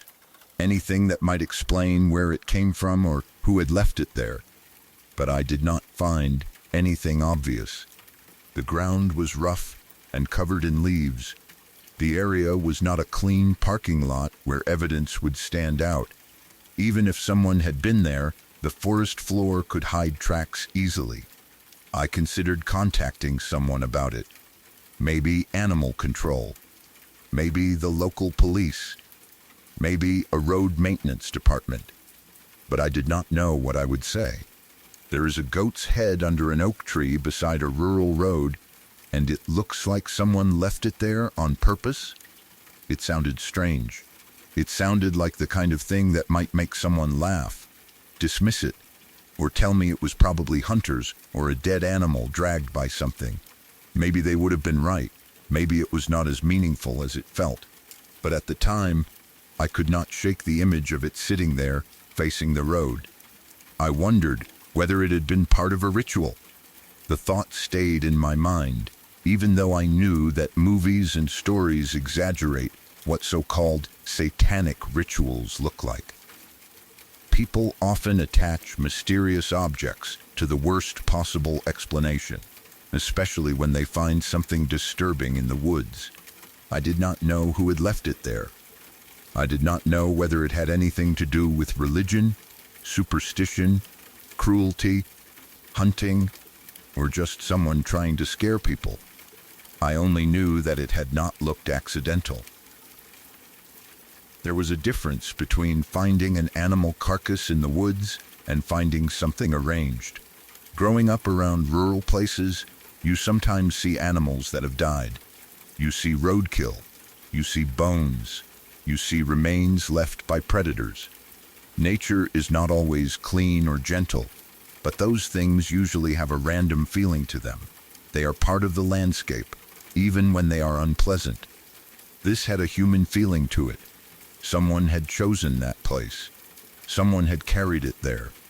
Someone had set it under that tree. Someone had made it face the road. That was enough to make me wonder whether I had crossed paths with people I did not want to meet. I thought back to my dog's behavior. Dogs notice things humans miss. They smell better. They hear better. They can detect animals and people long before we know anything is there. His low, aggressive growl may have been a reaction to the goat's scent. It may have been fear. It may have been confusion. Or maybe he had smelled another animal or person close by. I will never know. But his reaction made it feel like the road was not empty. That was what frightened me most that night. It was not simply finding the goat's head. It was the possibility that someone had just placed it there, or was still close enough to watch me discover it. I kept thinking about the forest around me. The oaks had been dark and motionless. The road had been silent. There were no cars, no lights, and no voices. If someone had been hiding behind the trees, I would not have seen them. The weak glow from my flip phone would not have reached more than a few feet into the woods. I had been standing there with my attention focused on the ground, completely exposed. That idea stayed with me after I got home. For a while, I avoided walking that road at night. Even with my dog, I did not want to be alone among those trees after dark. I took different routes when I could. I walked earlier. I stayed closer to places where there were lights or houses. I did not want to stand on that road again, listening to the woods and wondering whether someone was watching. The goat's head became one of those memories that seems unreal when you tell it out loud. People want to know what happened next. Did I see someone? Did the police investigate? Did the head disappear the next day? Did I find strange symbols nearby? The answer is no. Nothing else happened. I did not see anyone. I did not find a group of people in the woods. I did not hear chanting, voices, or cars driving away. I did not find any symbols or evidence that explained why it was there. The next day, I saw the same thing in daylight. Then I left. That was it. No conclusion. No clear answer. Just a disturbing object under an oak tree and the knowledge that somebody had probably put it there. I still wonder how it ended up there. Maybe it was someone from a farm who disposed of it in the worst possible way. Maybe it was a hunter. Maybe a scavenger animal had moved it from somewhere else and positioned it by accident. Maybe teenagers had found it and placed it there as a joke. Maybe someone was trying to frighten whoever came down that road at night. Maybe it was connected to something darker. I do not know. I do not want to claim it was satanic or supernatural, because I have no proof of that. Fear made my mind go there immediately, but fear often chooses the most dramatic explanation when it does not understand something. Still, even without a ritual explanation, it remains one of the most disturbing things I have ever found. The road was empty. The oak forest was dark. My dog warned me before I saw it. And there, at the base of the tree, facing the road as though someone wanted it to be found, was a severed goat's head with black fur and horns. More than anything else, I remember the way I felt after my dog began growling. That low sound in his chest, the sense that something was wrong in the darkness. The moment I reached for my flip phone and opened it, trusting the faint glow of its screen to show me what he had noticed, then the realization, then the fear, then the sudden understanding that the road might not have been as empty as it seemed. I never figured out how it ended up there, and I do not think I ever will.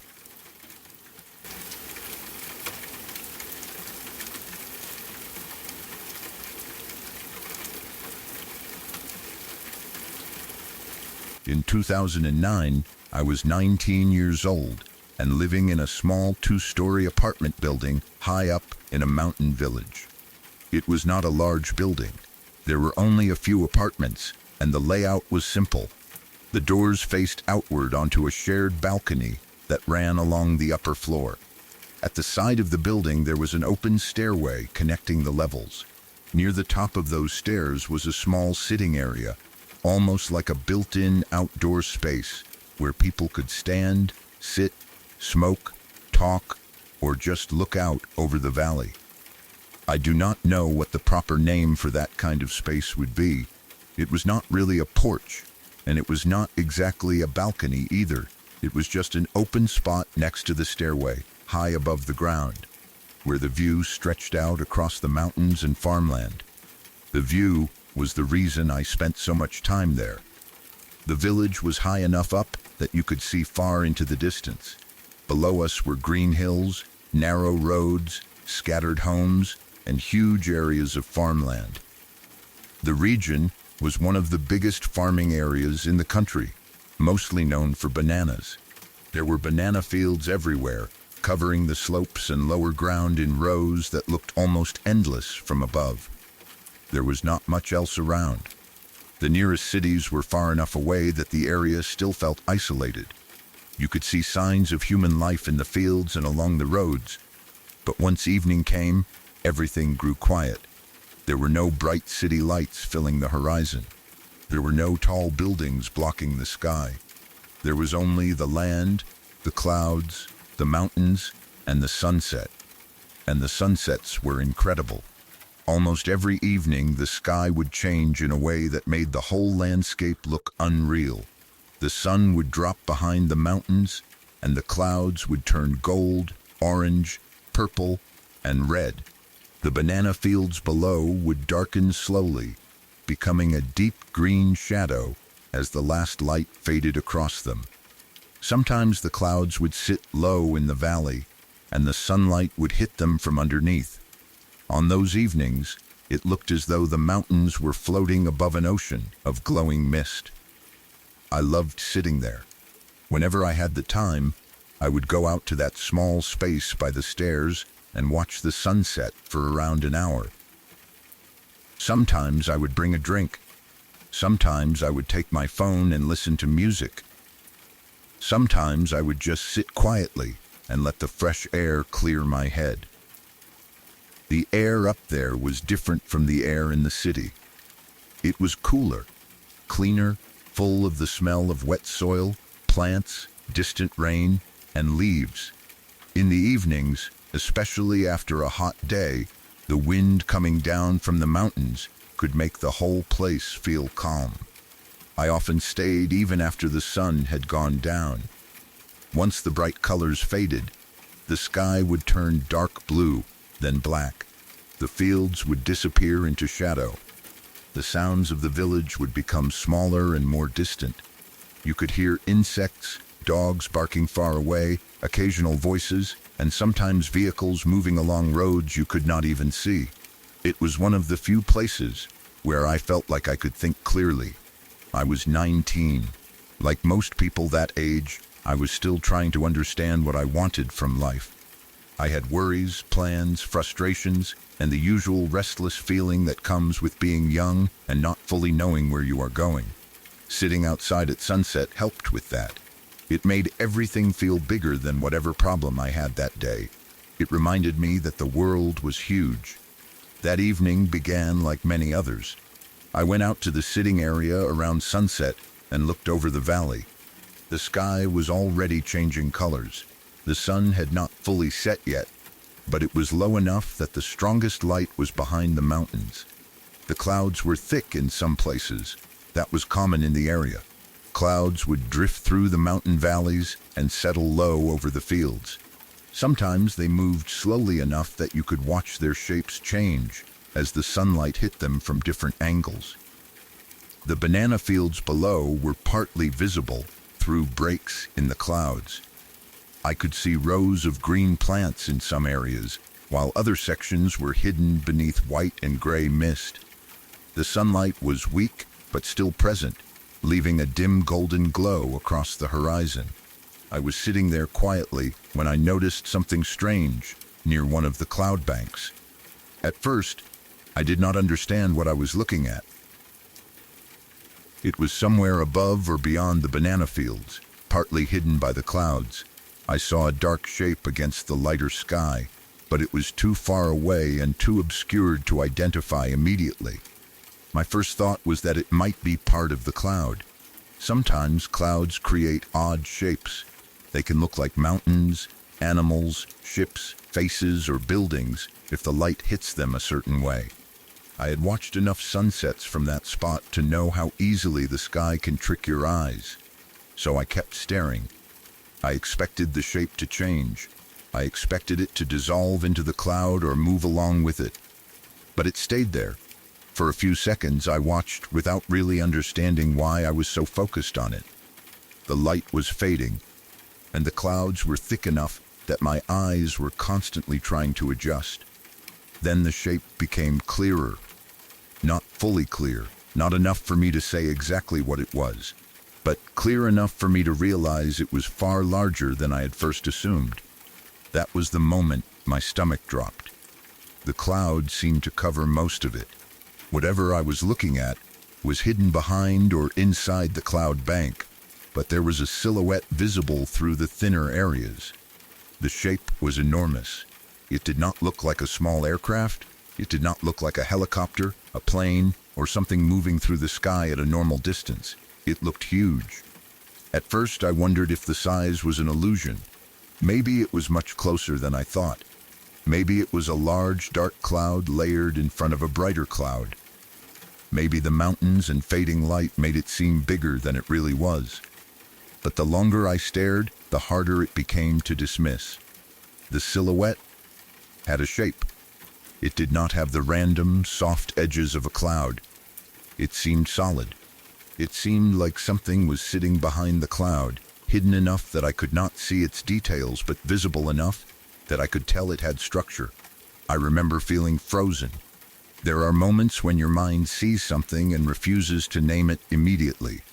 You keep waiting for another explanation. You look again. You blink. You turn your head slightly. You try to make it into something ordinary, because ordinary things are easier to accept. I did that. I blinked hard. I rubbed my eyes. I looked away at the mountain line, then looked back at the clouds. The silhouette was still there. It seemed too large to be possible. The sun was low behind it, and that weak light was the only reason I could see anything at all. If the sun had already gone down, the object would have been completely hidden in the darkness. But there was still enough light behind the cloud bank to outline it. That made it even stranger. The thing seemed to be blocking part of the fading sky. It was darker than the cloud around it, darker than the mountain shadows, and somehow separate from the natural shapes around it. I remember thinking that it looked like a UFO, not because I had ever believed I would see one, not because I was searching for one, but because I could not think of anything else that fit. It did not resemble a normal aircraft. It did not appear to have wings. It did not move like anything I recognized. It was just there, immense and partly concealed by clouds over the banana fields. The more I stared, the more my mind tried to calculate its size. That was impossible, of course. I did not know the distance. I did not know whether it was close to the fields, beyond them, or much farther away. Without knowing the distance, I had no way to judge how large it actually was. But from where I sat, it looked massive. It looked large enough to cover a huge section of the sky behind the cloud. I remember feeling a cold sensation go through my body, even though the evening air was not unusually cold. It was the feeling you get when something breaks the rules of how you think the world works. I had always seen clouds over the fields. I had seen birds, helicopters, distant planes, smoke, mountain fog, and strange weather. But I had never seen anything like that. Then something happened. From the object, or from somewhere within the cloud around it, I saw what looked like a shock wave move outward, in one direction. It was not an explosion. There was no fire. There was no loud sound that I could hear from where I was. It was visual. The closest comparison I can make is the kind of effect you see in films when a powerful wave moves through the air. It reminded me of the EMP effect from The Matrix, where a visible pulse spreads outward from a central point. That is what it looked like. A kind of ripple, a force moving out in one direction. For a moment, I wondered whether it was just the clouds shifting. Maybe a sudden wind had pushed through them. Maybe sunlight had broken through at a strange angle, creating the illusion of movement. But it did not feel like that.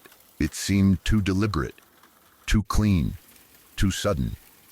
The cloud around the object seemed to react, or at least my eyes read it that way. There was a visible disturbance, a wave-like effect that moved outward and then faded. I sat completely still. My heart was racing. I did not know whether I should run inside, keep watching, call someone, or take out my phone. Then I saw a red light.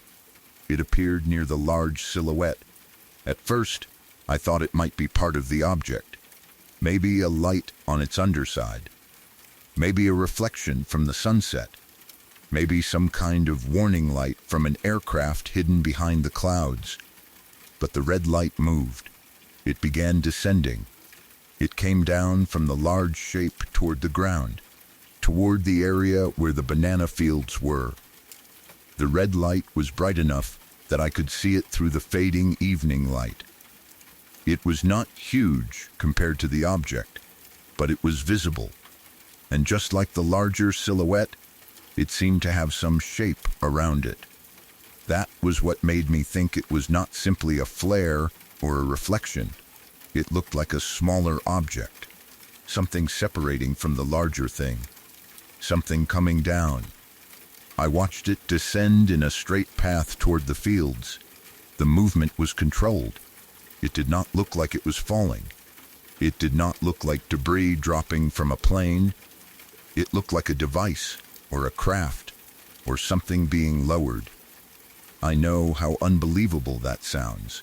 Even while it was happening, I knew it sounded unbelievable. I kept telling myself there had to be another explanation. Maybe it was a drone. But in 2009, drones were not common in the way they are now, especially in a remote mountain farming area. Even if it had been a drone, it would not explain the huge silhouette behind the clouds. Maybe it was a helicopter with a red light, but I could not hear helicopter blades. The evening was quiet enough that I should have heard something. And again, the scale of the object did not match. Maybe it was a plane behind clouds with some kind of light or reflection, but planes do not usually appear to release visible shock waves and then send a red glowing object directly down toward farmland. Maybe it was a trick of the sunset. Maybe I saw cloud shapes, light, and fog in a way that created an illusion. That is possible. I know it is possible. But in the moment, it did not feel like an illusion. It felt like I was watching something that was not supposed to be there. The red object continued downward. Then it disappeared from my view. I could not tell whether it reached the ground, vanished behind a hill, disappeared into thicker cloud, or simply became too small for me to see. The banana fields below were already getting darker. The sun was almost gone. Shadows were spreading quickly across the landscape. I kept staring at the area. I was waiting for something else to happen. A flash. A sound. Smoke. movement in the clouds. Anything but nothing obvious followed. The enormous silhouette remained partly hidden for a short time, then became harder and harder to see as the sun dropped lower. The sky darkened. The cloud bank became black against the fading horizon. The fields disappeared into darkness. I stayed there for about another minute, maybe longer, staring at the place where I had seen it. I could not bring myself to look away. A part of me expected the object to move. Another part of me expected to see another red light. Another part of me was afraid that if I kept watching, I would see something even worse. But as the last light vanished, the whole scene became impossible to make out. The clouds blended into the dark sky. The mountains became black shapes. The banana fields vanished completely. Whatever I had seen was gone, or at least hidden beyond any possibility of seeing it. I thought about taking a video. I had a phone with me. At the time, I had a Sony Ericsson Elm. It was not a bad phone for its time, but it was not a modern smartphone. The camera was limited, especially in low light. It would have struggled to capture anything far away even during the day, and by then the sun was almost down. I knew that if I pointed it at the clouds, the video would probably show nothing. Just dark sky, just blurry noise, just an indistinct horizon. There would be no proof. There would only be a terrible video that made me look like I was trying to turn nothing into something. So I did not record it. I simply watched. I watched until I could no longer see enough to convince myself the object was still there. Then I went back inside my apartment. The walk from the sitting area to my door was short, but it felt different than usual. The shared balcony was dim. The stairway was dark. The building around me seemed strangely small after looking out at something that had seemed so enormous. I remember opening my apartment door and stepping inside. The normal indoor sounds felt almost unreal. The room was familiar. My things were where they belonged. The light switches worked. The walls were close around me. It should have felt safe. But I could not stop thinking about the view outside. I kept replaying what I saw. The cloud bank, the huge silhouette, the strange pulse or shockwave, the red light descending toward the banana fields. I sat there for a long time, trying to make sense of it. I thought about whether I should tell someone.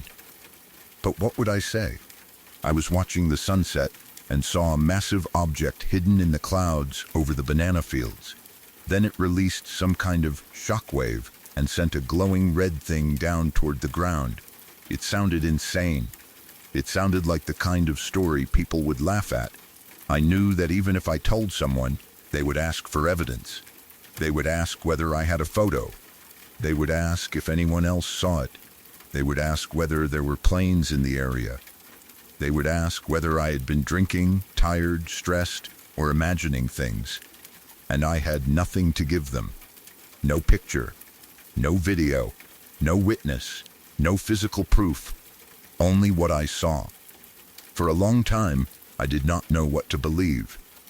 Part of me felt certain it had been some kind of UFO, not necessarily aliens, not necessarily a spaceship, but an unidentified object, something I could not explain with the information I had.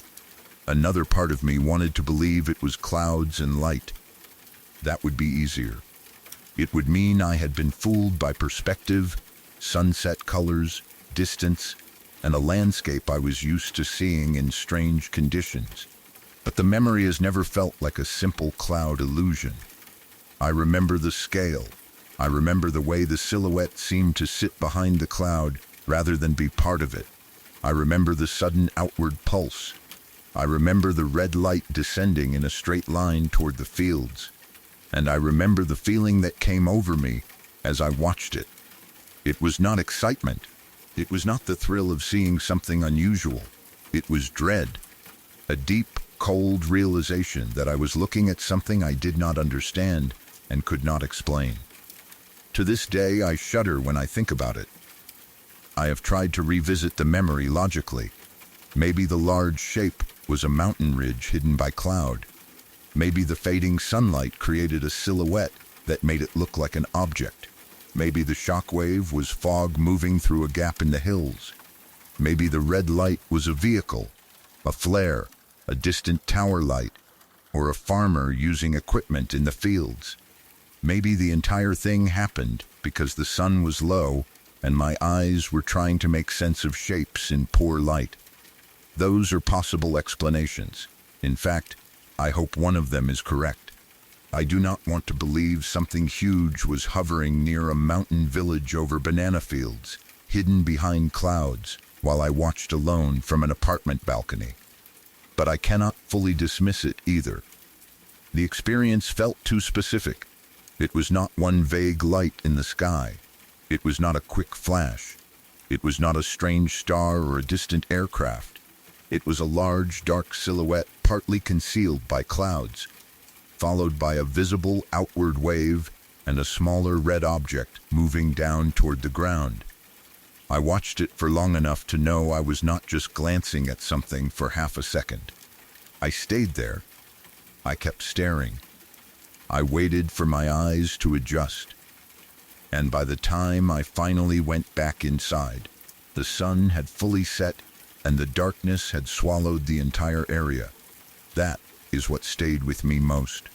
The moment when the light disappeared, the last bit of sunset faded away, and whatever I had seen vanished with it. There was no way to keep watching. There was no way to walk down to the fields safely in the dark. There was no way to know whether anything had landed, whether anything had been there at all, or whether the entire thing had only existed in that brief window of dying light. I went inside and sat alone with the thought that the world might be much stranger than I had ever allowed myself to believe. Even now, years later, I can still picture that sunset. The mountain air, the clouds above the banana fields, the last weak orange light behind the horizon, and that huge dark shape hidden in the clouds, visible only because the day had not completely ended yet. Then, the wave. Then, the red light. Then, darkness. And then me, 19 years old, sitting inside my apartment and quietly wondering whether I had just watched something impossible.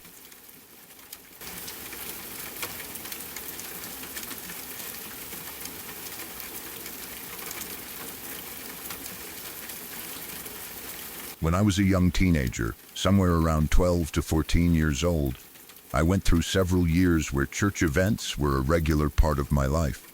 One of the strongest memories from that time happened during a late-night mass or church gathering. I still do not know exactly what to call it. It was not a normal Sunday service where people came in, sang a few songs, listened to a sermon, and went home before dark. It was later than usual, more intense, and filled with teenagers and adults who had come to stay overnight or attend a longer religious event. The chapel was full that night. There were rows of chairs, dim lights, the smell of old carpet and candles, and the low murmur of people talking before things began. Some kids were excited because being at church late at night felt different from ordinary life. Others were tired, whispering to friends, trying not to laugh too loudly, or pretending they were more grown up than they really were. I remember feeling somewhere in the middle. I was old enough to understand that the adults took the night seriously, but young enough that I still found the setting strange and a little overwhelming. Late-night church always had a different mood to it. The familiar rooms looked darker. The chapel seemed larger. Every sound echoed more than it did during the day. There were people there I knew well, people I only recognized from church, and a few older teens who had reputations. One of them was a guy who had never seemed especially interested in church. He was the kind of person adults often described as a rebel. He had long hair. He had the look and attitude of someone who wanted everyone to know he did not care what they thought. He was into drugs, motorcycles, and the kinds of things that made church people worry about him. He was not exactly the person anyone expected to become deeply religious overnight. He had that tough, detached personality, the kind where he would stand in the back with his arms crossed while other people sang, the kind where he might roll his eyes at a sermon or act like he was only there because someone made him come. I did not know him extremely well, but I knew enough to understand that he was not someone who usually acted emotional in public. He was not the type to cry during prayer, raise his hands during worship, or talk openly about faith. That is part of why what happened later felt so shocking. The service had been going on for a while when the atmosphere began to change. At first it was subtle. The pastor was speaking more intensely. People had started praying louder. There was music, but it was soft enough that I could still hear people murmuring prayers under their breath. Some adults had their eyes closed. Some were holding hands. Some were standing near the front of the chapel. I remember looking around and seeing that the guy with the long hair seemed different. He was sitting in a chair, but he looked uncomfortable. At first I thought maybe he was sick. Maybe he was tired, drunk, high, anxious, or just having a bad reaction to being in that environment. He shifted in his seat. His face looked tense. His body seemed stiff. I could not tell whether he was angry, scared, or trying to hold something in. Then he started speaking. The voice did not sound like his normal voice. It was low, deep, rough. It had a strange quality that made everyone nearby turn toward him. It was not simply that he was lowering his voice to sound dramatic. It sounded like he was speaking from somewhere deep in his chest, using a tone that did not match the person we knew. At first, I could not understand what he was saying. Then I realized he was mocking Jesus. He was saying things that were cruel and hateful in a voice that sounded wrong coming from him. The words were aimed at the pastor and at the people praying. The more he spoke, the quieter the room became around him. People stopped whispering. People stopped looking around. Everyone seemed to focus on him. The adults moved closer. I remember feeling a cold rush through my body. At that age, I had heard stories about possession. Most kids who grow up around church hear them at some point. People talk about demons, exorcisms, evil spirits, people speaking in voices that are not their own. But those stories always felt distant, like something from a movie or something that happened in another country, in another time, to someone you would never meet.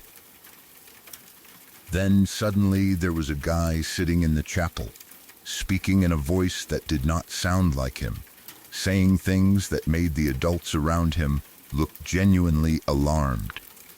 The pastor walked toward him. I remember watching closely because I could not look away.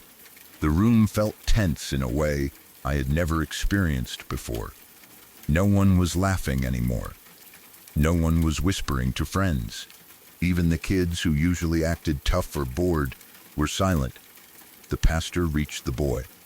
For a second, everything seemed to pause. Then, the pastor put his hand on him. The reaction was immediate. The boy spasmed violently out of his chair. It happened so fast that my brain had trouble understanding what I had seen. One moment he was sitting. The next, his body jerked and twisted, and he came out of the chair in a way that looked unnatural to me. People gasped. Some people screamed. The adults moved in quickly. I remember seeing the pastor and others trying to keep him from hurting himself. The boy was moving in a way that scared everyone. His voice was still low and angry. He was still saying things that did not sound like him. The whole scene felt too intense for a room full of teenagers. I was terrified. I did not know whether he was having a medical emergency, reacting to drugs, having a mental breakdown, or experiencing something spiritual. At the time, none of those explanations mattered much to me. I was young, surrounded by frightened adults, and watching someone I knew act in a way I had never seen before. All I knew was that I wanted to get away from it. The pastors began telling the kids to leave the chapel. They were calm, but their voices had urgency in them. They directed us outside and told us to hold hands. We were led out of the building and told to form a circle around the chapel. The air outside was cold compared to the crowded room inside. It was dark. The chapel windows glowed behind us, but the surrounding area was mostly black. We could hear muffled voices from inside. We could see adults moving near the doors. The whole building suddenly felt different, like something serious and frightening was happening behind those walls. The adults told us to pray. At first, some people did it quietly. Then, one of the pastors said something that made everyone more afraid. He told us to keep praying, because when the demon left the boy, the person with the weakest faith, or the person farthest from God, could be the first person it entered. I do not remember the exact words, but that was the message. As a teenager, hearing that was terrifying. We were standing outside in a circle, holding hands in the dark, with a church behind us where something frightening was happening. And now we were being told that whatever was inside might leave one person and go into another. Everyone began praying harder. Some kids were crying. Some people were whispering prayers as fast as they could. Others were speaking loudly, trying to sound confident even though they were clearly scared. I remember gripping the hands of the people beside me. I remember feeling their palms getting sweaty.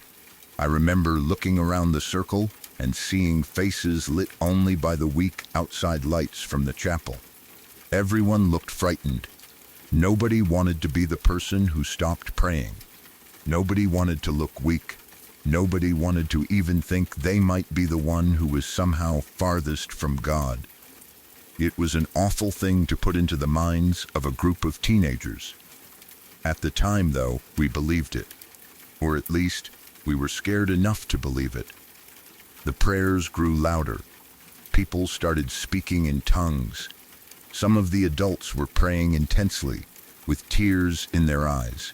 Their voices rose and fell. The circle felt less like a group of kids outside a church, and more like a wall being built around the chapel. I could hear things from inside sometimes. A loud voice, a chair moving, adults praying, then silence, then more voices. I do not know how much time passed. It felt like forever. When you are afraid, minutes can stretch into hours. Your mind keeps waiting for the next terrible thing, and every sound becomes important. A door opening becomes frightening. A car in the distance becomes frightening. Someone suddenly crying becomes frightening. Then, from the other side of the circle, I heard a scream.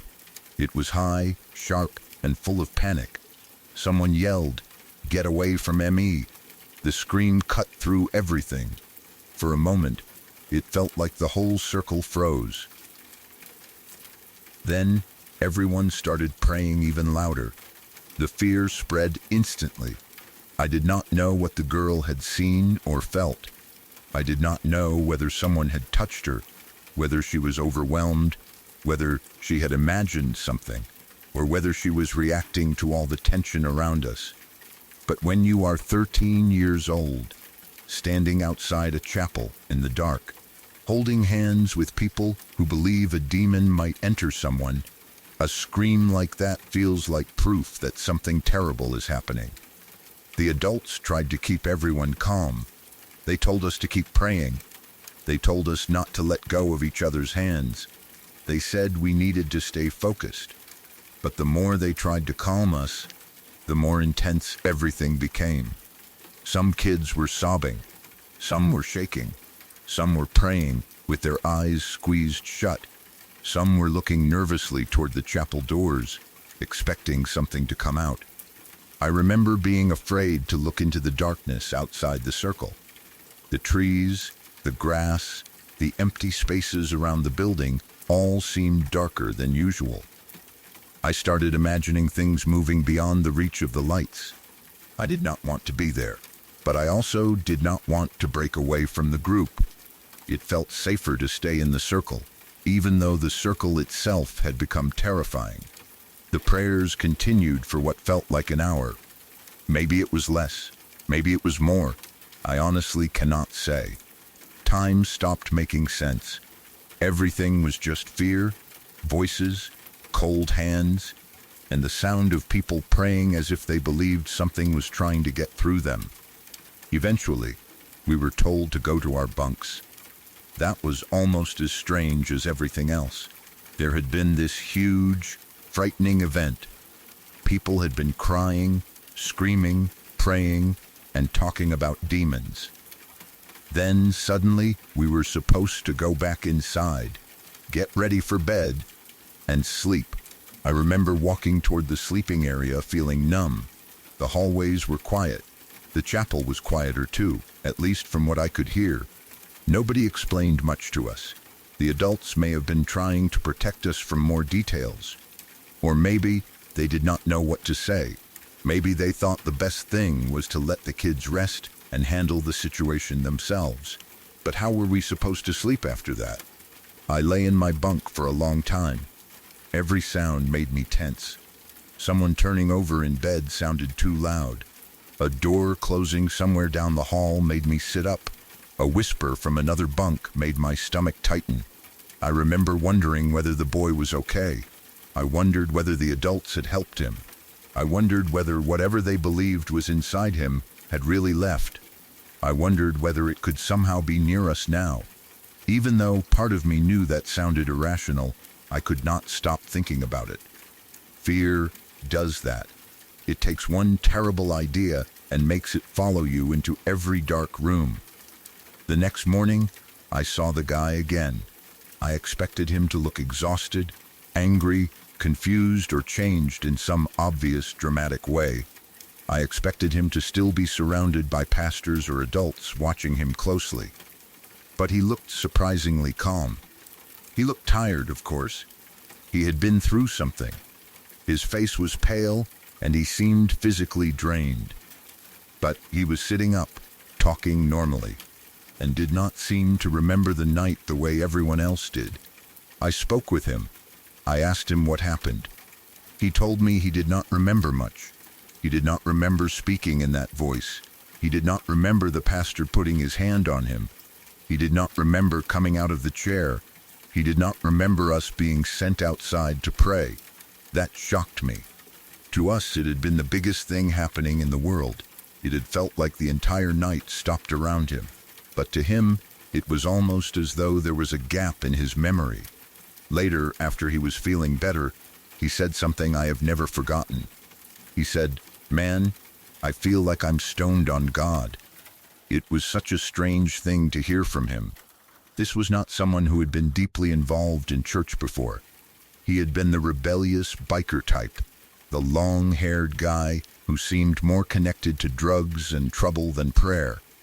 Hearing him talk like that was unexpected. But what happened after that was even stranger. His attitude changed. Not for a few days, not just because everyone was watching him.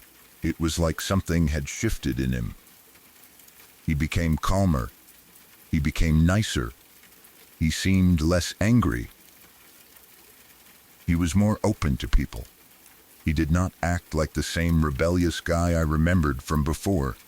It was not that he suddenly became perfect, but he seemed like a newer version of himself, like he had gone through something that forced him to see himself differently.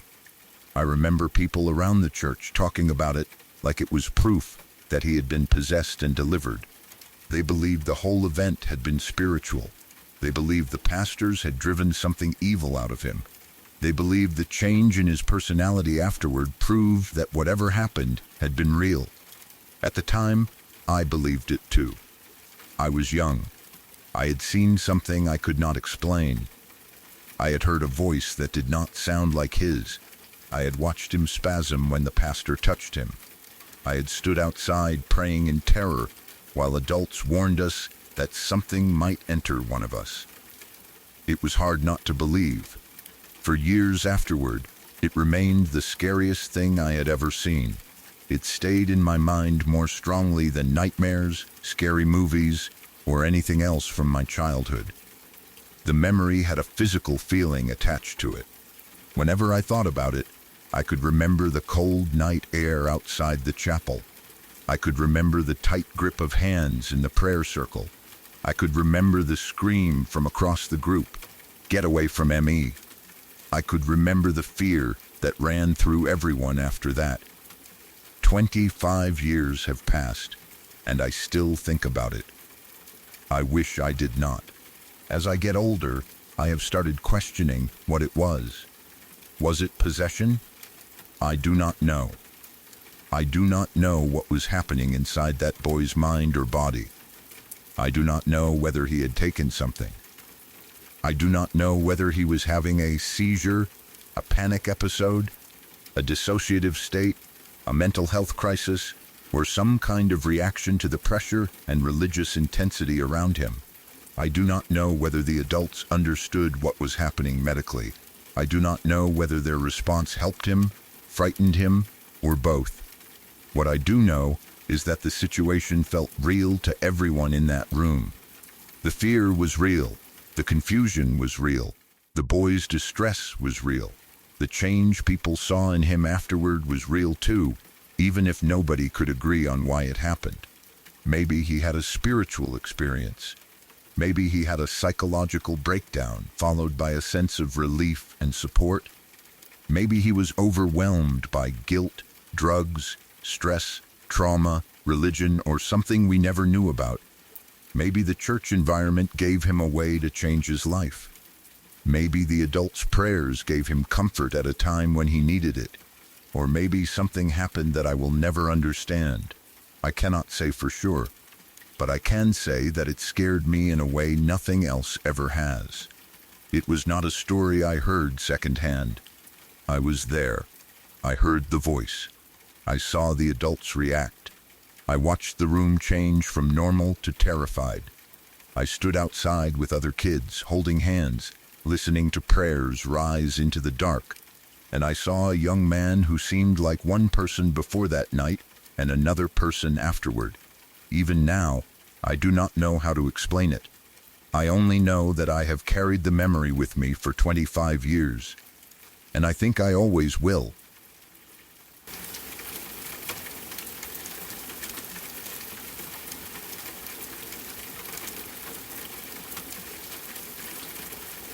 The broadcast is ending, but some voices do not disappear when the radio goes quiet.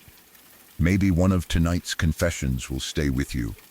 Maybe you will remember it the next time your phone rings at an odd hour, or when you hear something outside after midnight.